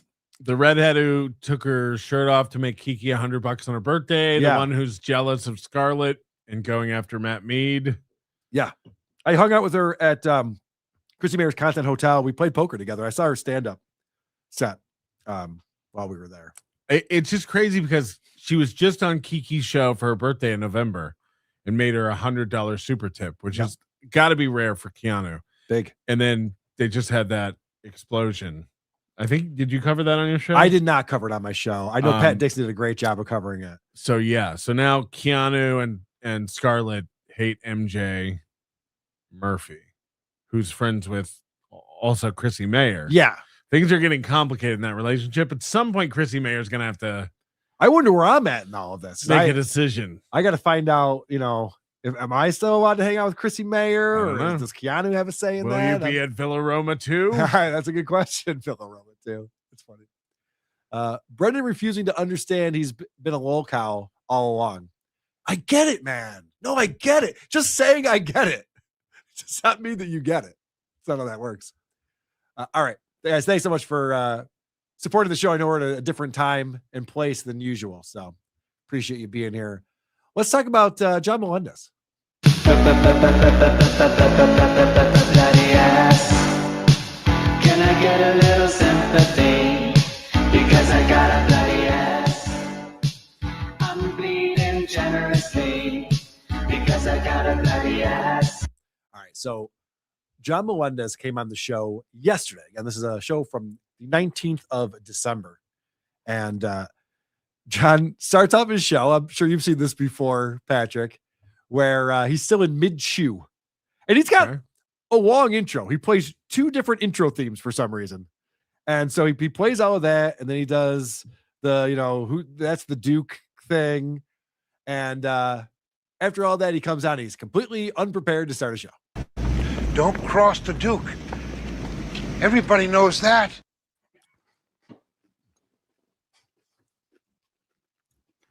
That finger. I know. Why is he chewing and putting that finger up? No! Listen to this.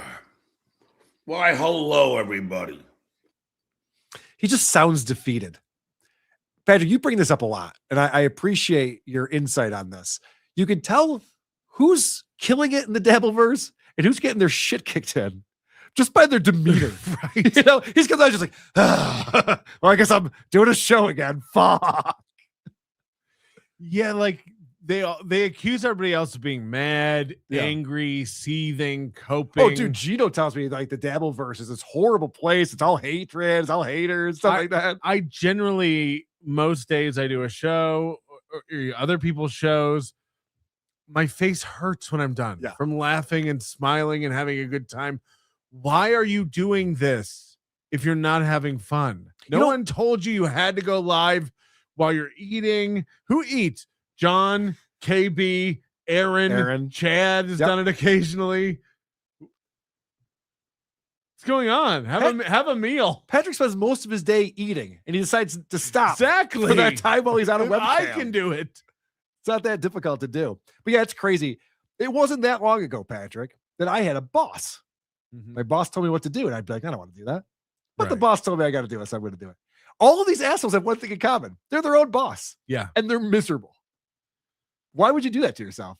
Yeah, and they seem to impose corporate rules upon themselves that they don't like. We got to hit the goal or we can't do another 30. It's like, who said? Yeah.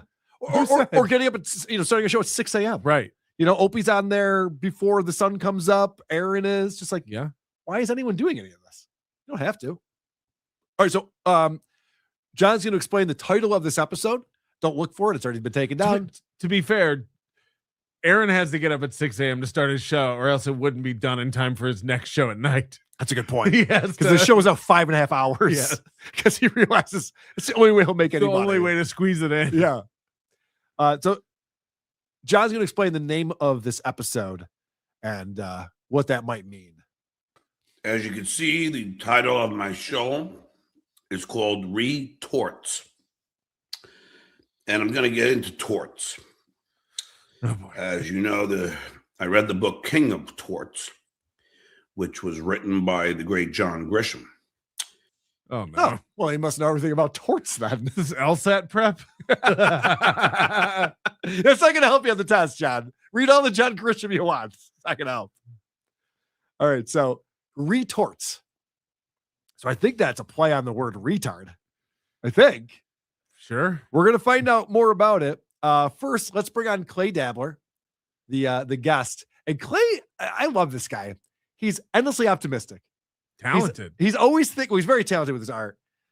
Not so much as broadcasting, but what I love about ClayDabbler, he's always thinking that this is going to be the episode where John respects me. Sure. And I go above and beyond, and he recognizes that. And he says, Clay, you're one of the good ones, A person has to have empathy for that to happen. It will never happen. John's a narcissist. He doesn't care what's going on. But watch Clay, how excited he is for his t-shirt that he's wearing. Welcome, ClayDabbler, ladies and gentlemen. Hey, Clay. Johnny boy. Do you want my t-shirt? Merry Sesmas. Yeah, and it's got a picture of you on it. Look.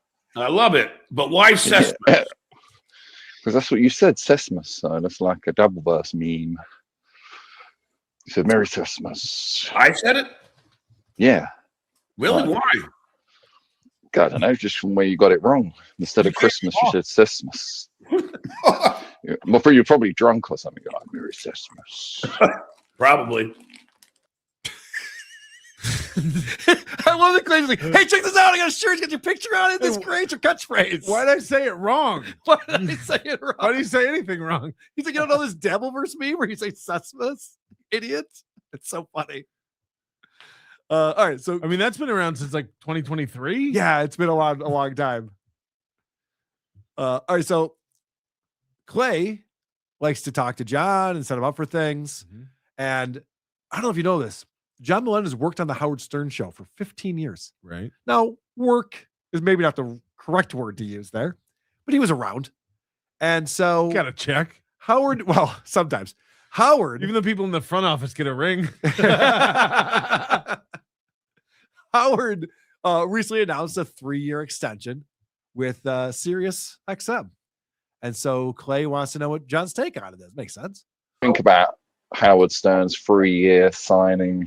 Have you already spoke about it? He's been mailing it in, but good for him. If he can make this kind of money, why not? I'm just seeing the dwarfs just sent me something. Now, I've done multiple videos about Howard Stern recently because the contract's coming up. So I'm like, why isn't he talking about this contract? This is his last week. Why he's not bringing it up? And then he finally does bring it up. Torturing his employees. Yeah, torturing his employees, like not letting them know what's going to happen. I've reached out to Shuey. I'm like, is he really doing this to these people who don't know if they can pay their mortgage next month? Like, there's a lot of interesting angles when it comes to Howard Stern. He's going from 100 shows a year to 75 shows a year because he needs more free time. Yeah, which is insane. This is a man who works less than a substitute teacher. Christmas shopping alone. Well, right. It's very stressful, I hear. So there's a lot of things you could talk about with Howard Stern's contract and how he announced it and all this stuff. John just goes, I think you make the money great. Anyway, I guess Vince the lawyer sending me something. How do you not have a take on this? He only needs Howard Stern when he's referencing himself in relation to the Stern show. Right. Since he's not on the show anymore, Right. who cares? Right. I'm not on that show. Who gives a shit? Right. I mean, you're friends with like Gary and Robin and Howard. Like, you know all those guys. Stern is only important when John is a planet circling that sun. Yes. It's shocking to me that John would have nothing on that. You'd think he'd have a whole episode based on Howard Stern. And people might be interested in the take. And they the might be experience. non-Dabbleverse people Right. who go, oh, sorry, John's talking about Howard Stern?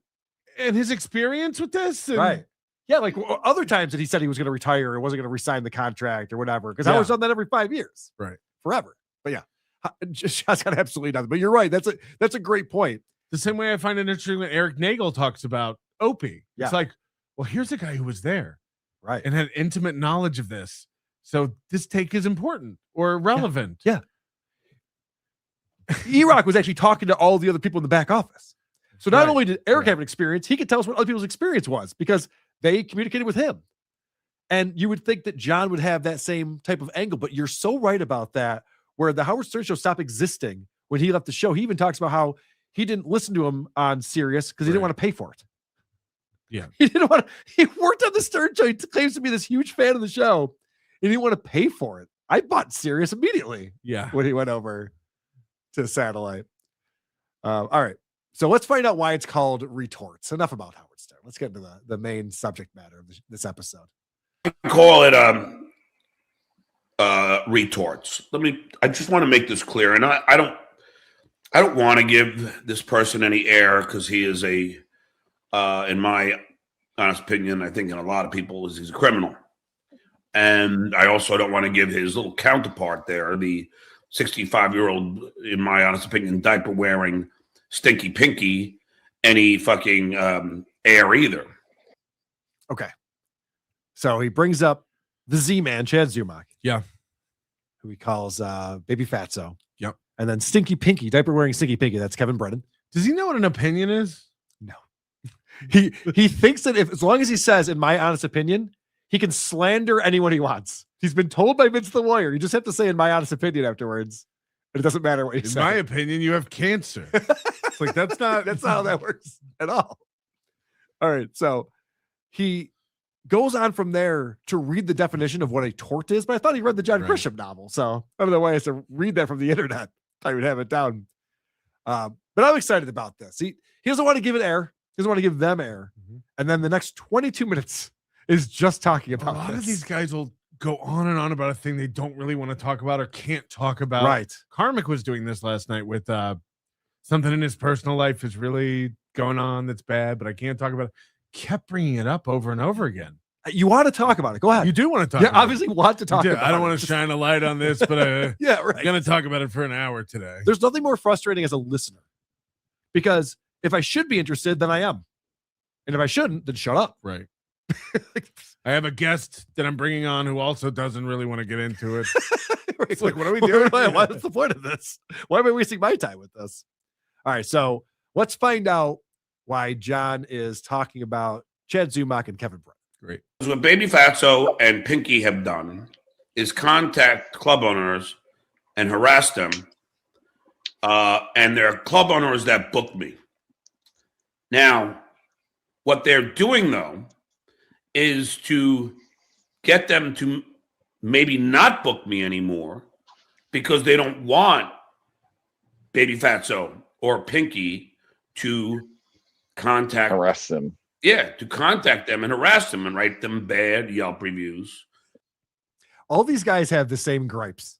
They're like, one person can ruin my stand-up career. How is that possible? And we're arguing over peanuts. I know. Cardiff covered this the other night, but like John did 9 shows this year. Yeah. How much do you think he grossed from that? Not $9,000. Nope. Way less than $9,000 for sure. Ray DeVito made more money in 2023 on MLC Right. than John makes doing stand-up. What are we talking about? And he's launching lawsuits. Like, you're taking money out of my pocket. Yes. It's like, what you money? need the 3/4 back? What are we? You trying to get a soda out of the machine? Yeah.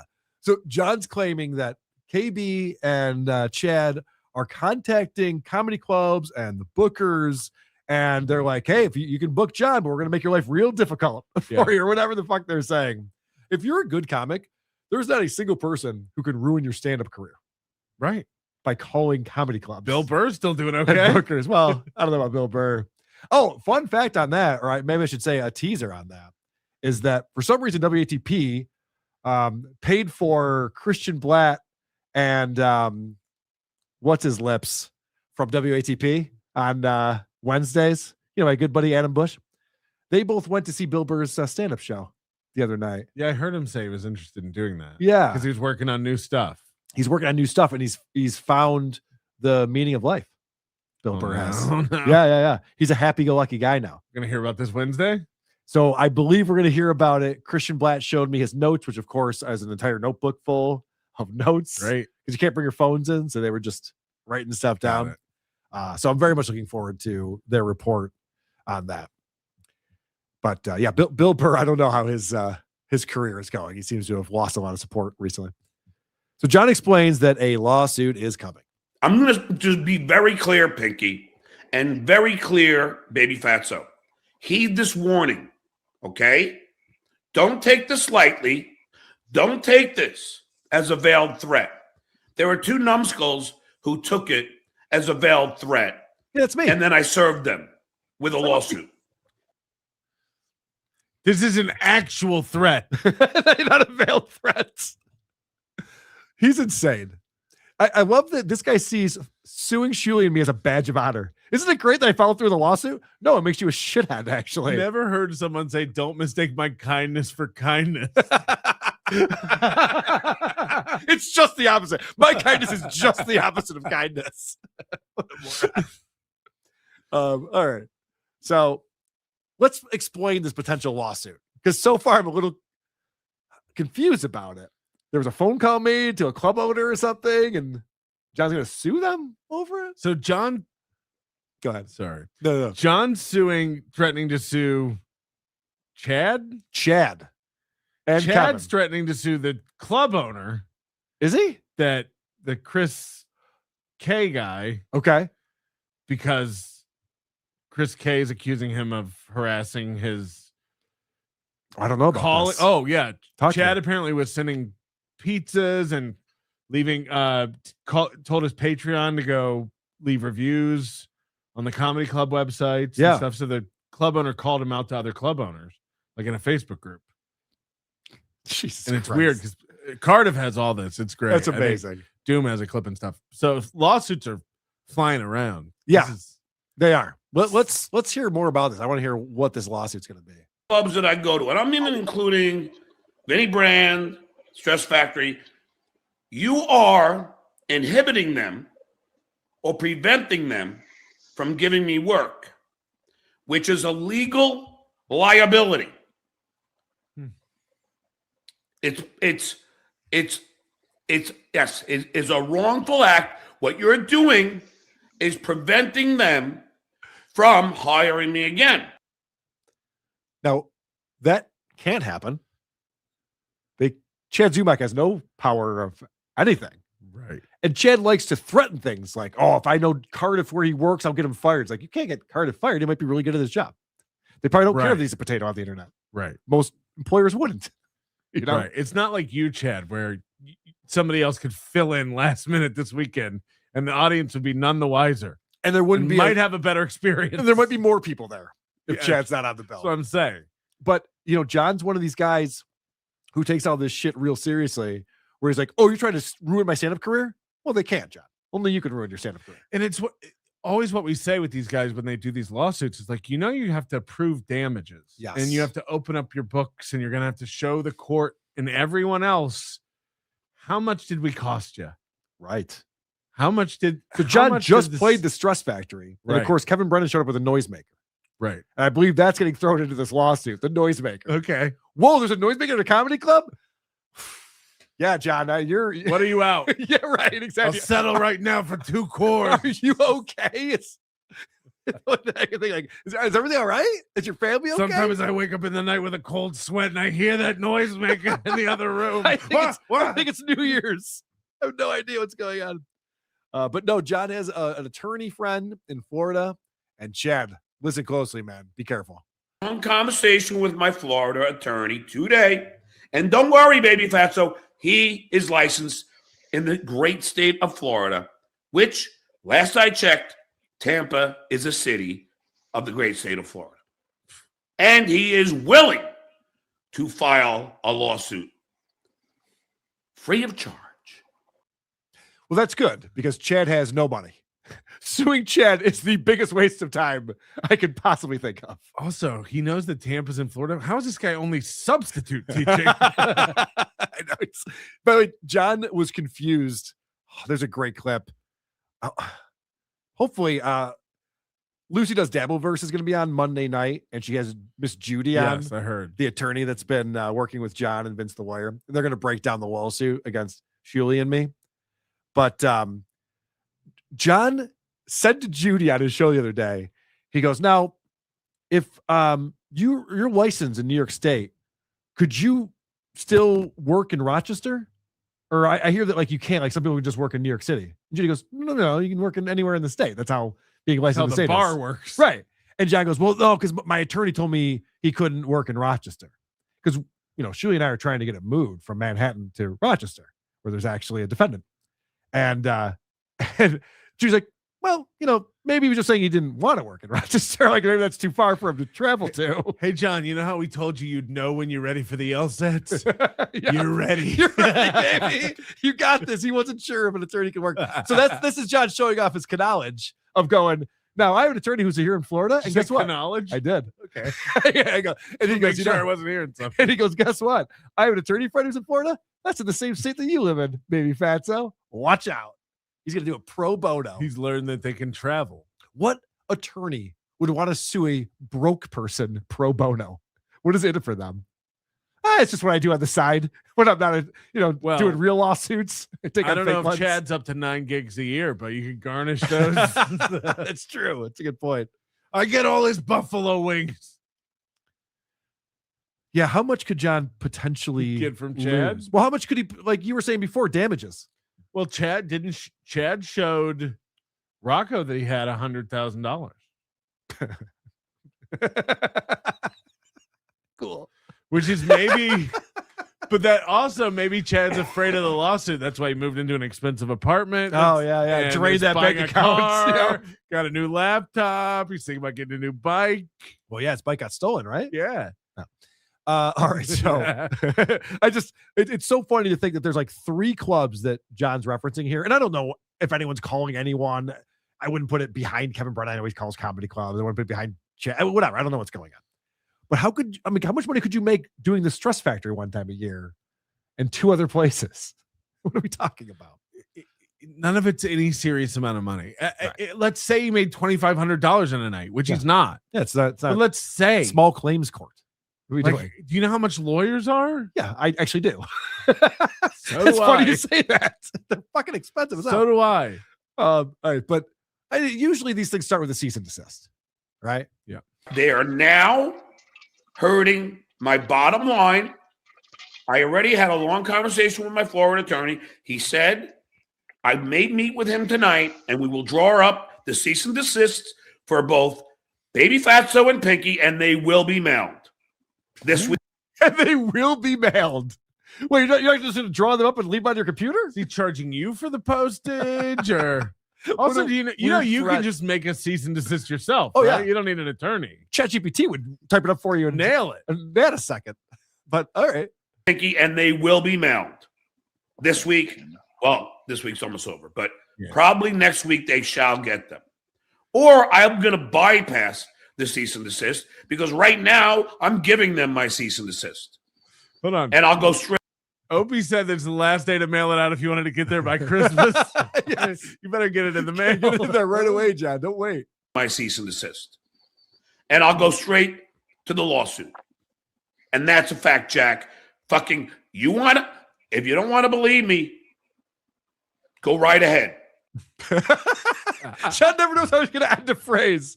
Oh, yeah? If you want to mess with me, then go for it. See what happens. It's Really fine. painted myself into a circle. I didn't know where to go with that. I think he goes, we're writing up CAD. He always says he has a long conversation with his attorney as if like that's some kind of badge of honor.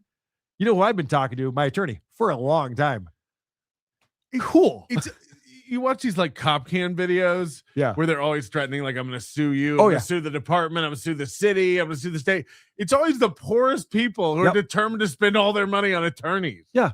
And drunk, which also they have in common with John. It's like, why do you want to go down this road? You ever notice the cops are never intimidated by that? It never gets the effect that they want. They're cops be like, whoa, okay, we don't want any trouble here. Like, oh yeah, go for it. Here's my badge number. Here's my last name. Here's my card. Whoa, you're gonna sue? They're not worried. Be on your way. They're not worried about it. All right, so John is so petty and stupid. He thinks that any of this stuff on the internet matters, and it just does not. Baby Fatso doesn't know is Baby Fatso called this club a D-list room. Now, Clay, he went on the air and called this club a D-list room. Now, I ask you, Clay, let's say you're a comedy club owner and you got a comedian, in this case, an alleged comedian, going out and trashing your club. Are you going to book him? Why is John even worried about this? What does he care if Chad calls a room a D-list room? It's so insane what these guys decide to focus all their time on. Chad's determined to prove he's better than Ray. Yeah. John's determined to prove he's better than Chad. It's like, then what? Well, John has real problems. His kids don't talk to him. Yeah. And he's putting his energy into saying, can you believe that Chad called out a comedy club? Yeah, who cares? Chad wasn't going to get booked there anyway. I don't know if you realize this, but Chad's not a headliner working the circuits. Right. He'll go play his local club. And then if one of his buddies who actually headlines asks him to come on the show, he'll do that. But John's actually like, I got you now. You call a club a bad place to they find do out. comedy. Yeah, it's going to be a big problem. And John's another one of these guys. It's not only is he threatening lawsuits, and everything like that makes him a big man, which it doesn't. It makes him look like a pussy. But he also brags about striking channels. Yeah. Shitware again. Okay? I'll take credit. I am not going to hide behind bullshit. I would say I'm probably one of the only ones that will admit when I do something. I did strike Baby Fatso once when he played my entire intro with my copyrighted song and pretended it was my show. Do you remember that? Who brags about striking channels? Villains. Again, what are the damages? I know. He loves putting his copyrighted music on because it's so easy to strike stuff with music in it. Copyright law is very different. They could have thought it was my show. They wouldn't. They wouldn't. No one thinks that. But John, it cut out a little bit because the way this is playing. But at the beginning, he goes, "Yeah, I've been striking TSN's channel. I struck him again. He struck them like 5 or 6 times in the last month. He's just striking the channel over and over again. It's like, it's all fair use, man, and you know that. Just striking channels is just a dick move. It makes you look weak, and you better hope that you don't get his channel permanently removed from YouTube because guess what? You have to show damages. Oh yeah, there'll be a counter. There'll be a lawsuit. Yes, for sure. Yeah, John's just playing with fire and he's acting like he's winning. Could you imagine you have a rival on the internet and you have to go behind the scenes to get them silenced in order to beat them? You know about this? I've heard. Patrick, you've heard this? I've happens? heard that people do stoop to such petty games with the legal system. Yeah, these people don't understand what they're doing. These are the people who make fake 911 calls and like they don't understand. They call the police on everybody for everything. Yeah. They're the baddies in this scenario. Why do you want to drag? It's the same as like saying like you're going to drag CPS into somebody's right. You saw something on a show that doesn't. Why are you doing this? These places don't play games. Lawsuits, police, 911. 3-letter organization. I'm gonna call the IRS. It's like, okay. That's the funniest one. I bet the IRS will be interested to know about this super tip system. I bet you won't be able to get through, old man. He tried live on the air. I know. I want the whistleblower line. Like, we don't have that as an option, sir. It's not on the menu. All right. This is It's just a funny thing. Like John does this all the time where he makes a statement and then realizes what he just said is not the statement he wanted to make. So he just completely changes it. And I don't know this as a fact, but I will tell you that I do know it somewhat as a fact because yes, I know it because he has trashed me to other comedy club owners. I love that he's just like, now allegedly what this guy did was, and I don't know that he did this, but actually I do know that he did this. Actually, it's definitely a fact that he definitely did this. Maybe think through this stuff before you present it on your show. Yeah. Have a plan in place. Be ready with it. So this is John bragging about how funny he is. I love when John just blows smoke up his own ass. It's great.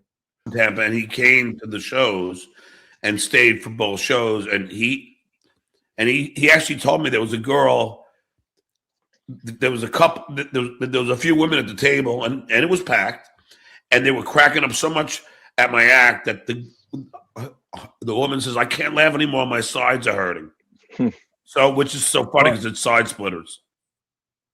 Yeah, you see what she says at knee slappers. I can't laugh anymore. My sides are hurting. It's something that no one says seriously. Face hurters. No, yeah, right. No one says that seriously. And John, whenever he hears a compliment, he never forgets it. Yeah, a guy told me that he heard a woman say that she liked my comedy. I heard third hand that I was funny. Right, yes. I've heard John stand-up set in multiple occasions. It's all the same stuff. No one is losing their mind over John's stand-up set. The Kardashians are not even relevant anymore. Don't know that anyone's getting enjoyment from John's stand-up. All right, so now John gets distracted by a text that's coming in and just completely ignores his guest, ClayDabbler. For gigs, I'm sure. But still, it's not. I'm sorry, Clay. I just got a text from Vegas Beer sells Jerry. What'd you say? All right. It's insane the way John runs his show. As soon as he's not the one talking, he just gets distracted by messages that are coming in or the chat, beer sales, Jerry sending them stuff. You see this with Chad and Aaron Emholt too. Like they'll have somebody on, but they're ignoring them. They're not part of the conversation. When you talk, I get to switch off now or do my own thing. When Johnny talks on Aaron's show, Aaron's eyes go immediately to the chat. Right. And he's just like, you can watch his eyeballs. Yeah, you can watch his eyeballs reading. And then Johnny stops talking. He'll be like, all right, so, and he'll just go to his next topic. Like Johnny can ask because he doesn't know what Johnny was talking about. No idea. Doesn't care. So it's not even relevant. Really great discussion. In his mind. Yeah. Really good way to host a show. This is another funny one. So John has been explaining for the last 20 minutes that these guys are costing him income and they're ruining his opportunities to be a stand-up comedian, and he's going to sue over that. And then he wants to save face. He wants to say both things. Be other gigs, but yeah, still, it's not on, is it? Yeah, I'm not going to lose sleep over it. I mean, I did Off the Hook, which is Captain Brian's club, just recently, and it went splendidly. And and I don't, normally. I don't contact clubs. I mean, most of the time they'll email me or they'll DM me. I love that John thinks that's a brag. Yeah, what should be happening is like your manager, your agent gets you these gigs, idiots. Could this help you out? Hear me out. Yeah. You're being sued. I am. For causing John loss of gigs and money and opportunities. It's a word of publicity suit, but yeah, whatever. There are damages. Like that's the damages. Right, sure. Maybe you can share some of those damages with Chad or Kevin Brennan or whoever's trying to get his gigs canceled. Maybe, you know what I mean? Like if we can split off. You're saying we should add Kevin and Chad into my lawsuit? What I'm saying is you and Shuley already lost him all his gigs and money. Right. Yeah. So how is he losing gigs and money? But on top of that, he goes, but I'm also getting tons of gigs. Did you see that? Like he couldn't help himself. He had to brag about getting booked all over the place anyway. How can you lose something you've already lost? Right. Like that would be a tough lawsuit. Yeah. All right. So the final thing they have on here, because this goes on for a while where he's talking about suing Chad and Kevin. And again, suing Chad, I couldn't think of a bigger waste of time. There's nothing there to sue over. Not to mention it's ridiculous. For Again, over he has phone calls. $100,000. I don't know what you're talking All about. right, if you say so. You think that's not a lot of money? Well, why does he get some furniture for his house then, so we don't have to hear the echoes? He has that kind of money. So this guy Chris Pike is sending deliveries to people, and this has been a real problem because it's interfering with John's podcast. He's getting pizzas and stuff delivered to his house. Open doors. You get Chris Pike sending him deliveries and all that sort of shit, wouldn't he? What's going on with that? Anything? Any news on that side of things? On what? That Chris Pike guy.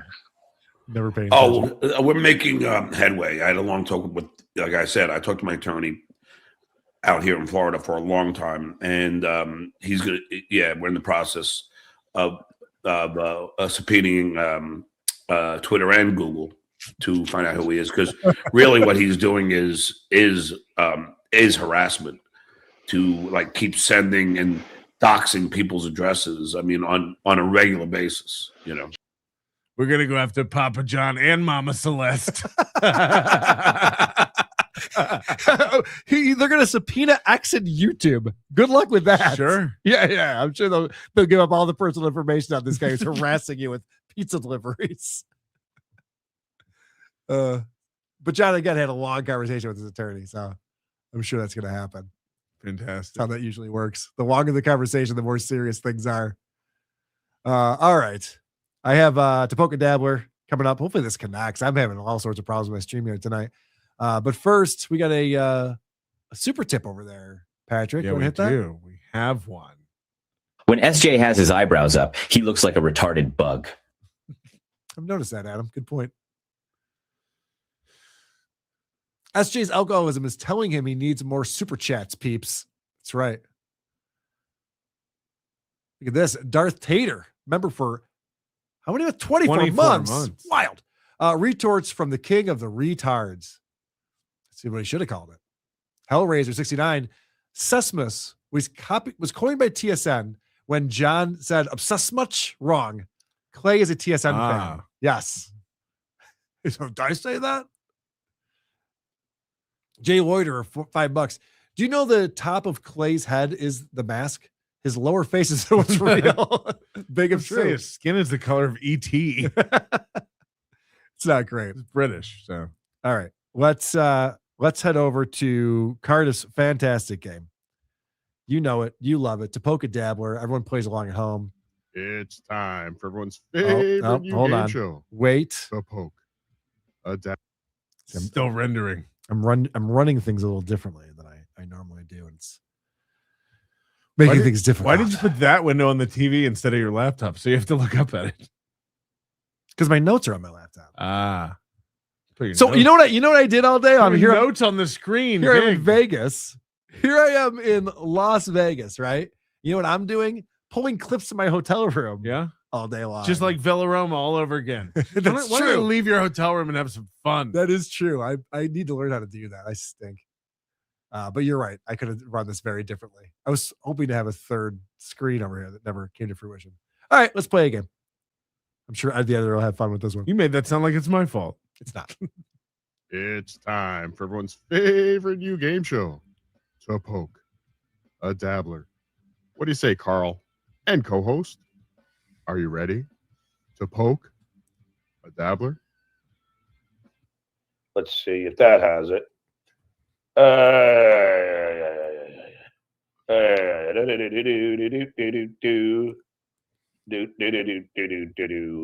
Okay, no, I don't want to donate.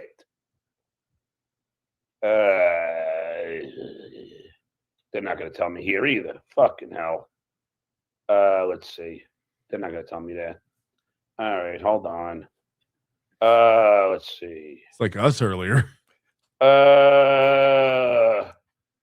See if I can find it here. I'm just trying to, because it's just, and it's for no other reason that I just love proving these assholes wrong.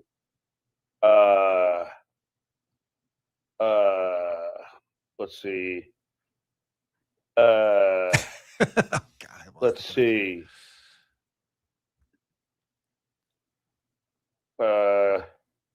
They don't tell me though. Thank God nothing's happening. I'm just I know. curious if I Doesn't can matter.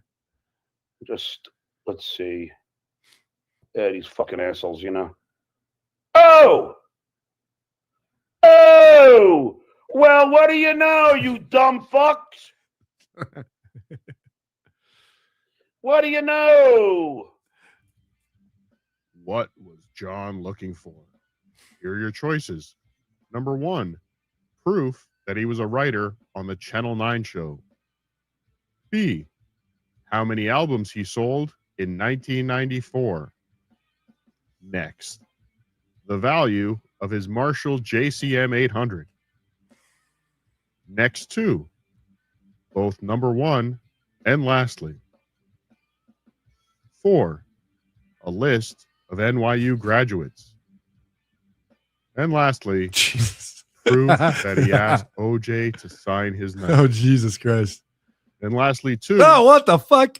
pictures of Shuli's kids. To poke a dabbler. This is not fair, Cardiff. This is too much You got stuff. 7 different things now. It's too One much. of them's embedded in 2 others. Very or- convoluted. I always go first. I think he's going to say proof that he was a writer on the Channel 9 show. I think that's what he was looking for there. What do you think, Patrick?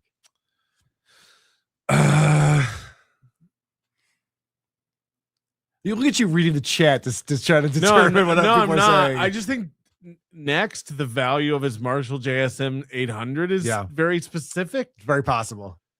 But also, I do not care. Sure. You got to pretend to care. That's how this game works. Oh, sorry. Then I risk everything on next. All right. Perfect. Next, the value of his Marshall JCM 800. Let's find out. Oh! Oh! Well, what do you know, you dumb fucks? What do you know? Nothing yet. Would you look at that? John Melendez. Wow, NYU graduates. Oh. Holy shit. What do you know, you dumb fucks? Oh. Oh. Wow. Now, look, Billy Crystal, John Cusack. Oh, and look, you idiots. Oh. His peers. Bam. Yeah. John Melendez. Right there, you dumb fucks. I rest my case. Fucking, that didn't take long, did it? No, it's real short. That didn't take too long, did it? I don't think so. You fucking imbeciles.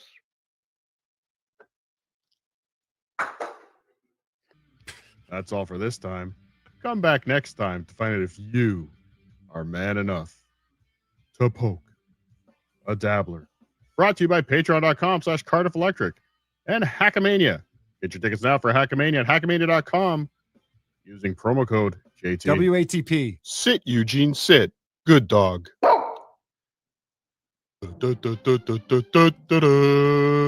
So I'm confused. Did he graduate from NYU? I don't think he did. I mean, People in the chat- Wikipedia, by the way, there's a lot of erroneous information on That's that what took him site. so long. He had to edit it. That's what I'm saying. That's very possible. Let me just type my name, insert new row. People in the chat are saying what? It was on Wikipedia. Yeah. So I'm like, oh yeah, maybe he had to edit it. Maybe like you probably go look at Wikipedia edits. Interesting. Which I wouldn't know how to do that, but someone could do it for him. For sure. It just took a long time. It took a very long That time. didn't take long. We actually had a technical difficulty inside of that segment. I was able to, and we were able to recover. solve it and recover before he got to his. while he was still going, yeah, that's great. all right, Cardiff, you got us that time, buddy. Congratulations on that. So this is what I know about John in NYU. Mm-hmm.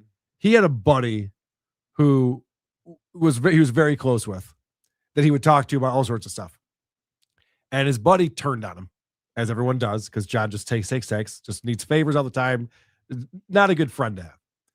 And so he told this guy that he never got the credits he needed to graduate NYU, because at that point he was on Howard Stern and was already famous and felt like he didn't need the degree from NYU.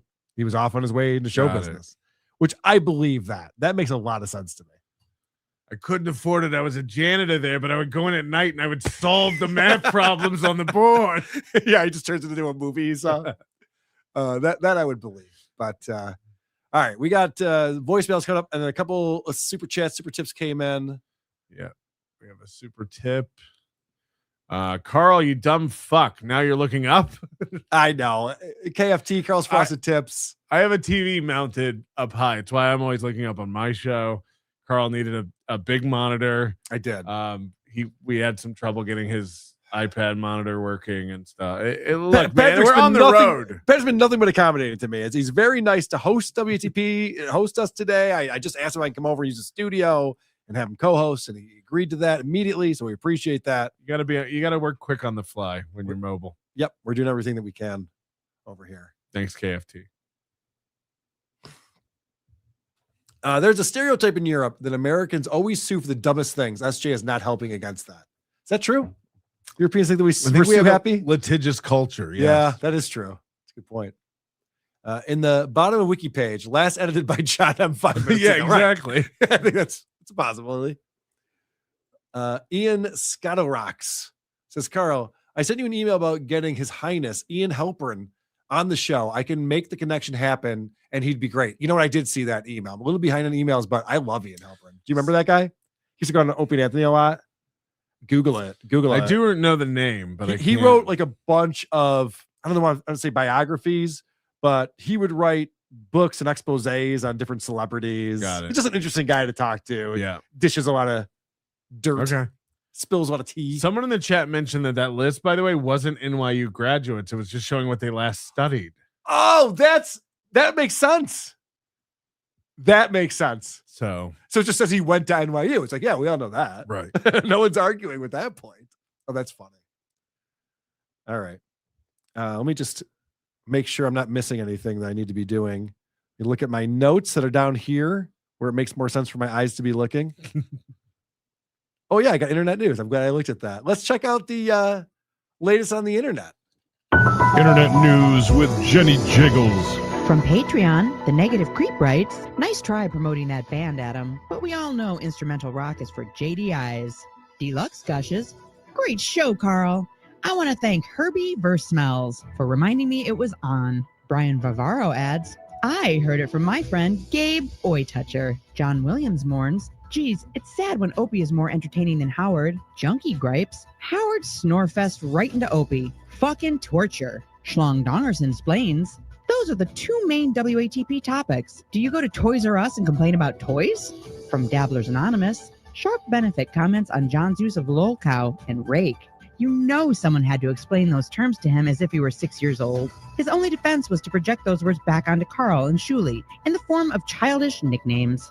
Majestic Risk 7 calls irony. Calling Carl Lady Lolcow when Carl basically was the one who turned him into a lolcow? Snow Eastern points out his Lady Lolcow name he heard either from Vince or someone else, and he's now using it like he came up with it. He's not capable of coming up with anything on his own. Arcana agrees. The fact that he stole the Duke nickname from Hitman Dan further supports your belief he can't come up with anything on his own. The Fool Who Follows adds, it's basically John saying, "Nuh-uh, you are." Combine that with some in-your-face comedic dancing, and you can consider yourself roasted. He really is a dumb person. Rogue Name opines, it's funny that Mr. Big-Time Celebrity will be remembered as an absolute punching bag for all of us. Any kind of bio of him will consist mostly of the Dabbleverse. And from YouTube, Dr. Scotty Jones weighs in on channel striking. If John says, it was me, you can bet the farm it wasn't him. SJ can't help himself. He needs to lie like we need to breathe. Deadhead is bummed out. I have enjoyed countless hours of podcasts on this channel and never noticed the angle of Carl's head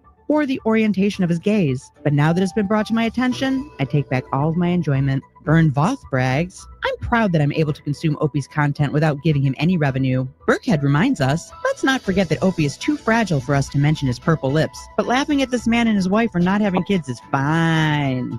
Jake Stum is outraged. I want to punch Opie for that guy. What a huge piece of shit. He goes out of his way to be an absolute asshole. Lost Laker concurs. Opie's treatment of his co-host is startling. He's so bitter and nasty at the drop of a hat. Joe's 1429 reports Opie has almost completed his full Stuttering John metamorphosis. And 655 plays us out with Happy Ronakuh. Happy Ronakuh indeed. Patrick Melton, thank you so much for coming on the show. Thank you for coming. I want people to check you out on Nobody Likes Onions. You must have a show coming up. It's been a minute. Sure. What are you doing? What's going on? What are you going to be on next? Who knows? Good answer. It's the beauty of me. So subscribe to Nobody Likes Onions on YouTube and hit the notification bell so that you know when Patrick's on, because that's the only way you'll find out. Yep. There's no other way. You can watch it later. That's true. And then you can rewind and fast forward. It's great. Yep. All right. We got a couple of voicemails coming in, and then we'll get out of here because we have dinner reservations. And of course, our voicemail line is dedicated to Gary in San Diego, who passed away this past year. It's a bunch of crap. Swing and a miss. Rock and rolla. The rock and roll voicemail line, starting off with comment on Andrew Schultz. Dude, Andrew Schultz is such a fucking phony goblin. Do you know that thing when he was on with Charlemagne? And Charlemagne's, keep your wife off the fucking... And Andrew Schultz is like, yes, that's what the fuck I'm saying, dog. Well, if you remember fucking like a week or two ago or whatever it was, Andrew Schultz was on there saying like, oh, we're going to pump Jasmine up. Oh, we got a plan behind the scenes that we're going to, oh yeah, just wait. She's ready to take over the internet. He's a fucking phony. A phony. I'd like to say some vilely anti-Semitic things, but please do. I won't ruin your podcast. Fuck him. And Vinny's a fatso. Vinny's a fat fuck. Vinny's fat. That is true. Vote for Carl at the creep off. Well, patreon.com/the creep off is where they're voting now. Go vote for Carl on there. All right. Someone's calling in about working for the Howard Stern show. Hi, I was given this number. I was told this is the number to call if you want to send in a resume for the Howard Stern show. So I was just calling about that to find out where to send the resume. You can reach me back at the number that I called on. And my name is Thurston Forbush. Thank you. Hope to hear from you. Have a good one. It took a while to get there, but I like it. Did you hear where Howard was doing all those silly names when he was thanking the people for his contract extension? It was literally like Mike Hawk. This is what he's doing recently? This was on the show this past week. He was doing all the names that were funny on The Simpsons in season 2. King of all media. It's crazy. He's got a staff full of writers. I don't know how he does it. This is actually a really good idea. You're familiar with Caleb Hammer, Financial Audit? Yeah. This is a great idea. I don't call him Caleb, but sure. What's his name? Caleb? Is it Caleb? Yeah. Oh. Caleb Hammer. Caleb? Have you ever heard anyone named Caleb? Yeah. The Hammer guy for Financial Audit. All right. This is a brilliant idea. I think you'll agree with this. Carl, the drunk engineer. I just got done listening to the Wednesday show and I had an epiphany. Someone brought up Gino and his credit card debt, and it just dawned on me. We have got to figure out a way to get Gino and Kiki on Caleb Hammer's Financial Audit podcast. That would be, oh my God, can you imagine seeing the financial documents of those two dunderheads laid out for everyone to see? It would, oh God, it would be incredible. Make it happen, Carl. You're in charge of the internet. Just figure it out. See ya. That would be fantastic. That'd be great. I would absolutely love to watch Gino get dressed down by this guy. They're like, so I see you guys are super chatting $38 a day. What is? Yeah. Well, that's promotion for the show, Daddy. God. I would actually like to see a lot of people in the Dabbleverse go on that show. Yes. But we can start with Gino. That's fun. But let's get Chad on there. Let's get Ray DeVito on there. Everybody. I'm very curious. See everybody's numbers. I know you guys saw the segment where John was hitting on Miss Judy again. And he just comes across as so desperate. It's such a bad look. The guy has no game at all. Listen, I love getting my dick wet as much as the next guy, but I sit here and listen to John fail horrendously to hit on Judy, and I just think to myself, how can a guy be this desperate for pussy? And then I realize, do you think it's because he realizes that every day he wakes up may be his last? I don't know. Just a thought. What a sad, sad little man. See, I don't think that's true. I don't think John thinks he's going to die soon. He thinks he's pumping up at the gym. He's in great shape. But why not go? Why not just go to your local bar in these retirement communities and just meet a woman? like it's kind of a senior living facility. Lot lizards just start playing wandering bingo. around somewhere. Like I don't mean like No. I'm saying like I know what you're John's saying. age. Yeah, I'm he's just saying 60. like I get it. Like there's female Johns hanging out at bars all That's day. true. That is true. Like John has no game because he always was a celebrity, so he didn't have to develop any game. And now he's an ugly, trolly, broke loser. So girls are not into that. And then they go back to his house and it's a fucking disaster. There's cat shit everywhere. I know what it's like, John. All right, we should probably let Slow Wife out of her cage in a minute. I just Yeah. got two more real quick for us. She's out of water. Oh my God! Did you hear what Keanu said about Carl on Stuttering John's podcast? Child, did you hear what Chad Zumach said about merch on Captain Brennan's podcast? Chad Zumach, he ain't shit. Ladies, you know where you really can find out about all this? On Who Are These High Schools? Formerly known Who Are These Podcasts before we jump the shark. Who Are These High Schools? Okay. Fair enough. I guess that's what I'm doing. I'm talking about what Chad is saying about Keanu or whatever. Somebody give that guy a comedy special. Pretty good stuff.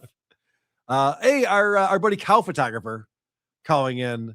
I don't know what's going on with the biggest problem in the universe, but it looks like they're taking a little break or something.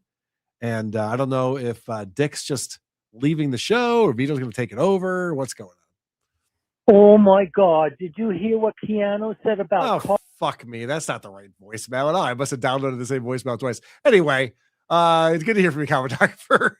Sorry, I grabbed the wrong voicemail. Way to end the show strong. Beetle Deuce says, did Gino formally tell you you're not friends anymore? No, I've not heard from Gino directly. He just talks to me through his show that I only see because a clipper clips it. It's a weird way to communicate with someone who you used to text with pretty And you regularly. have to watch it in that window before he strikes it and has it taken down. Right. For me to even see that he's mad at me and wants me to respond to something. God damn it. All right. I think we've done enough here. It's been a fantastic show. And I really appreciate Patrick again for hosting us today. Thanks for having me having you. It was great. I gotta go. Bye. I gotta go. I gotta go. I gotta go. I gotta go. Okay, bye. Go fuck yourselves. Have a good week. Bye, Brennan.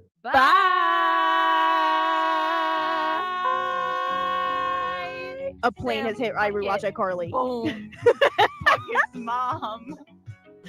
Boom. Boom. That was a great episode. That was really great. Man, that was a good episode. That was a good episode. I enjoyed that.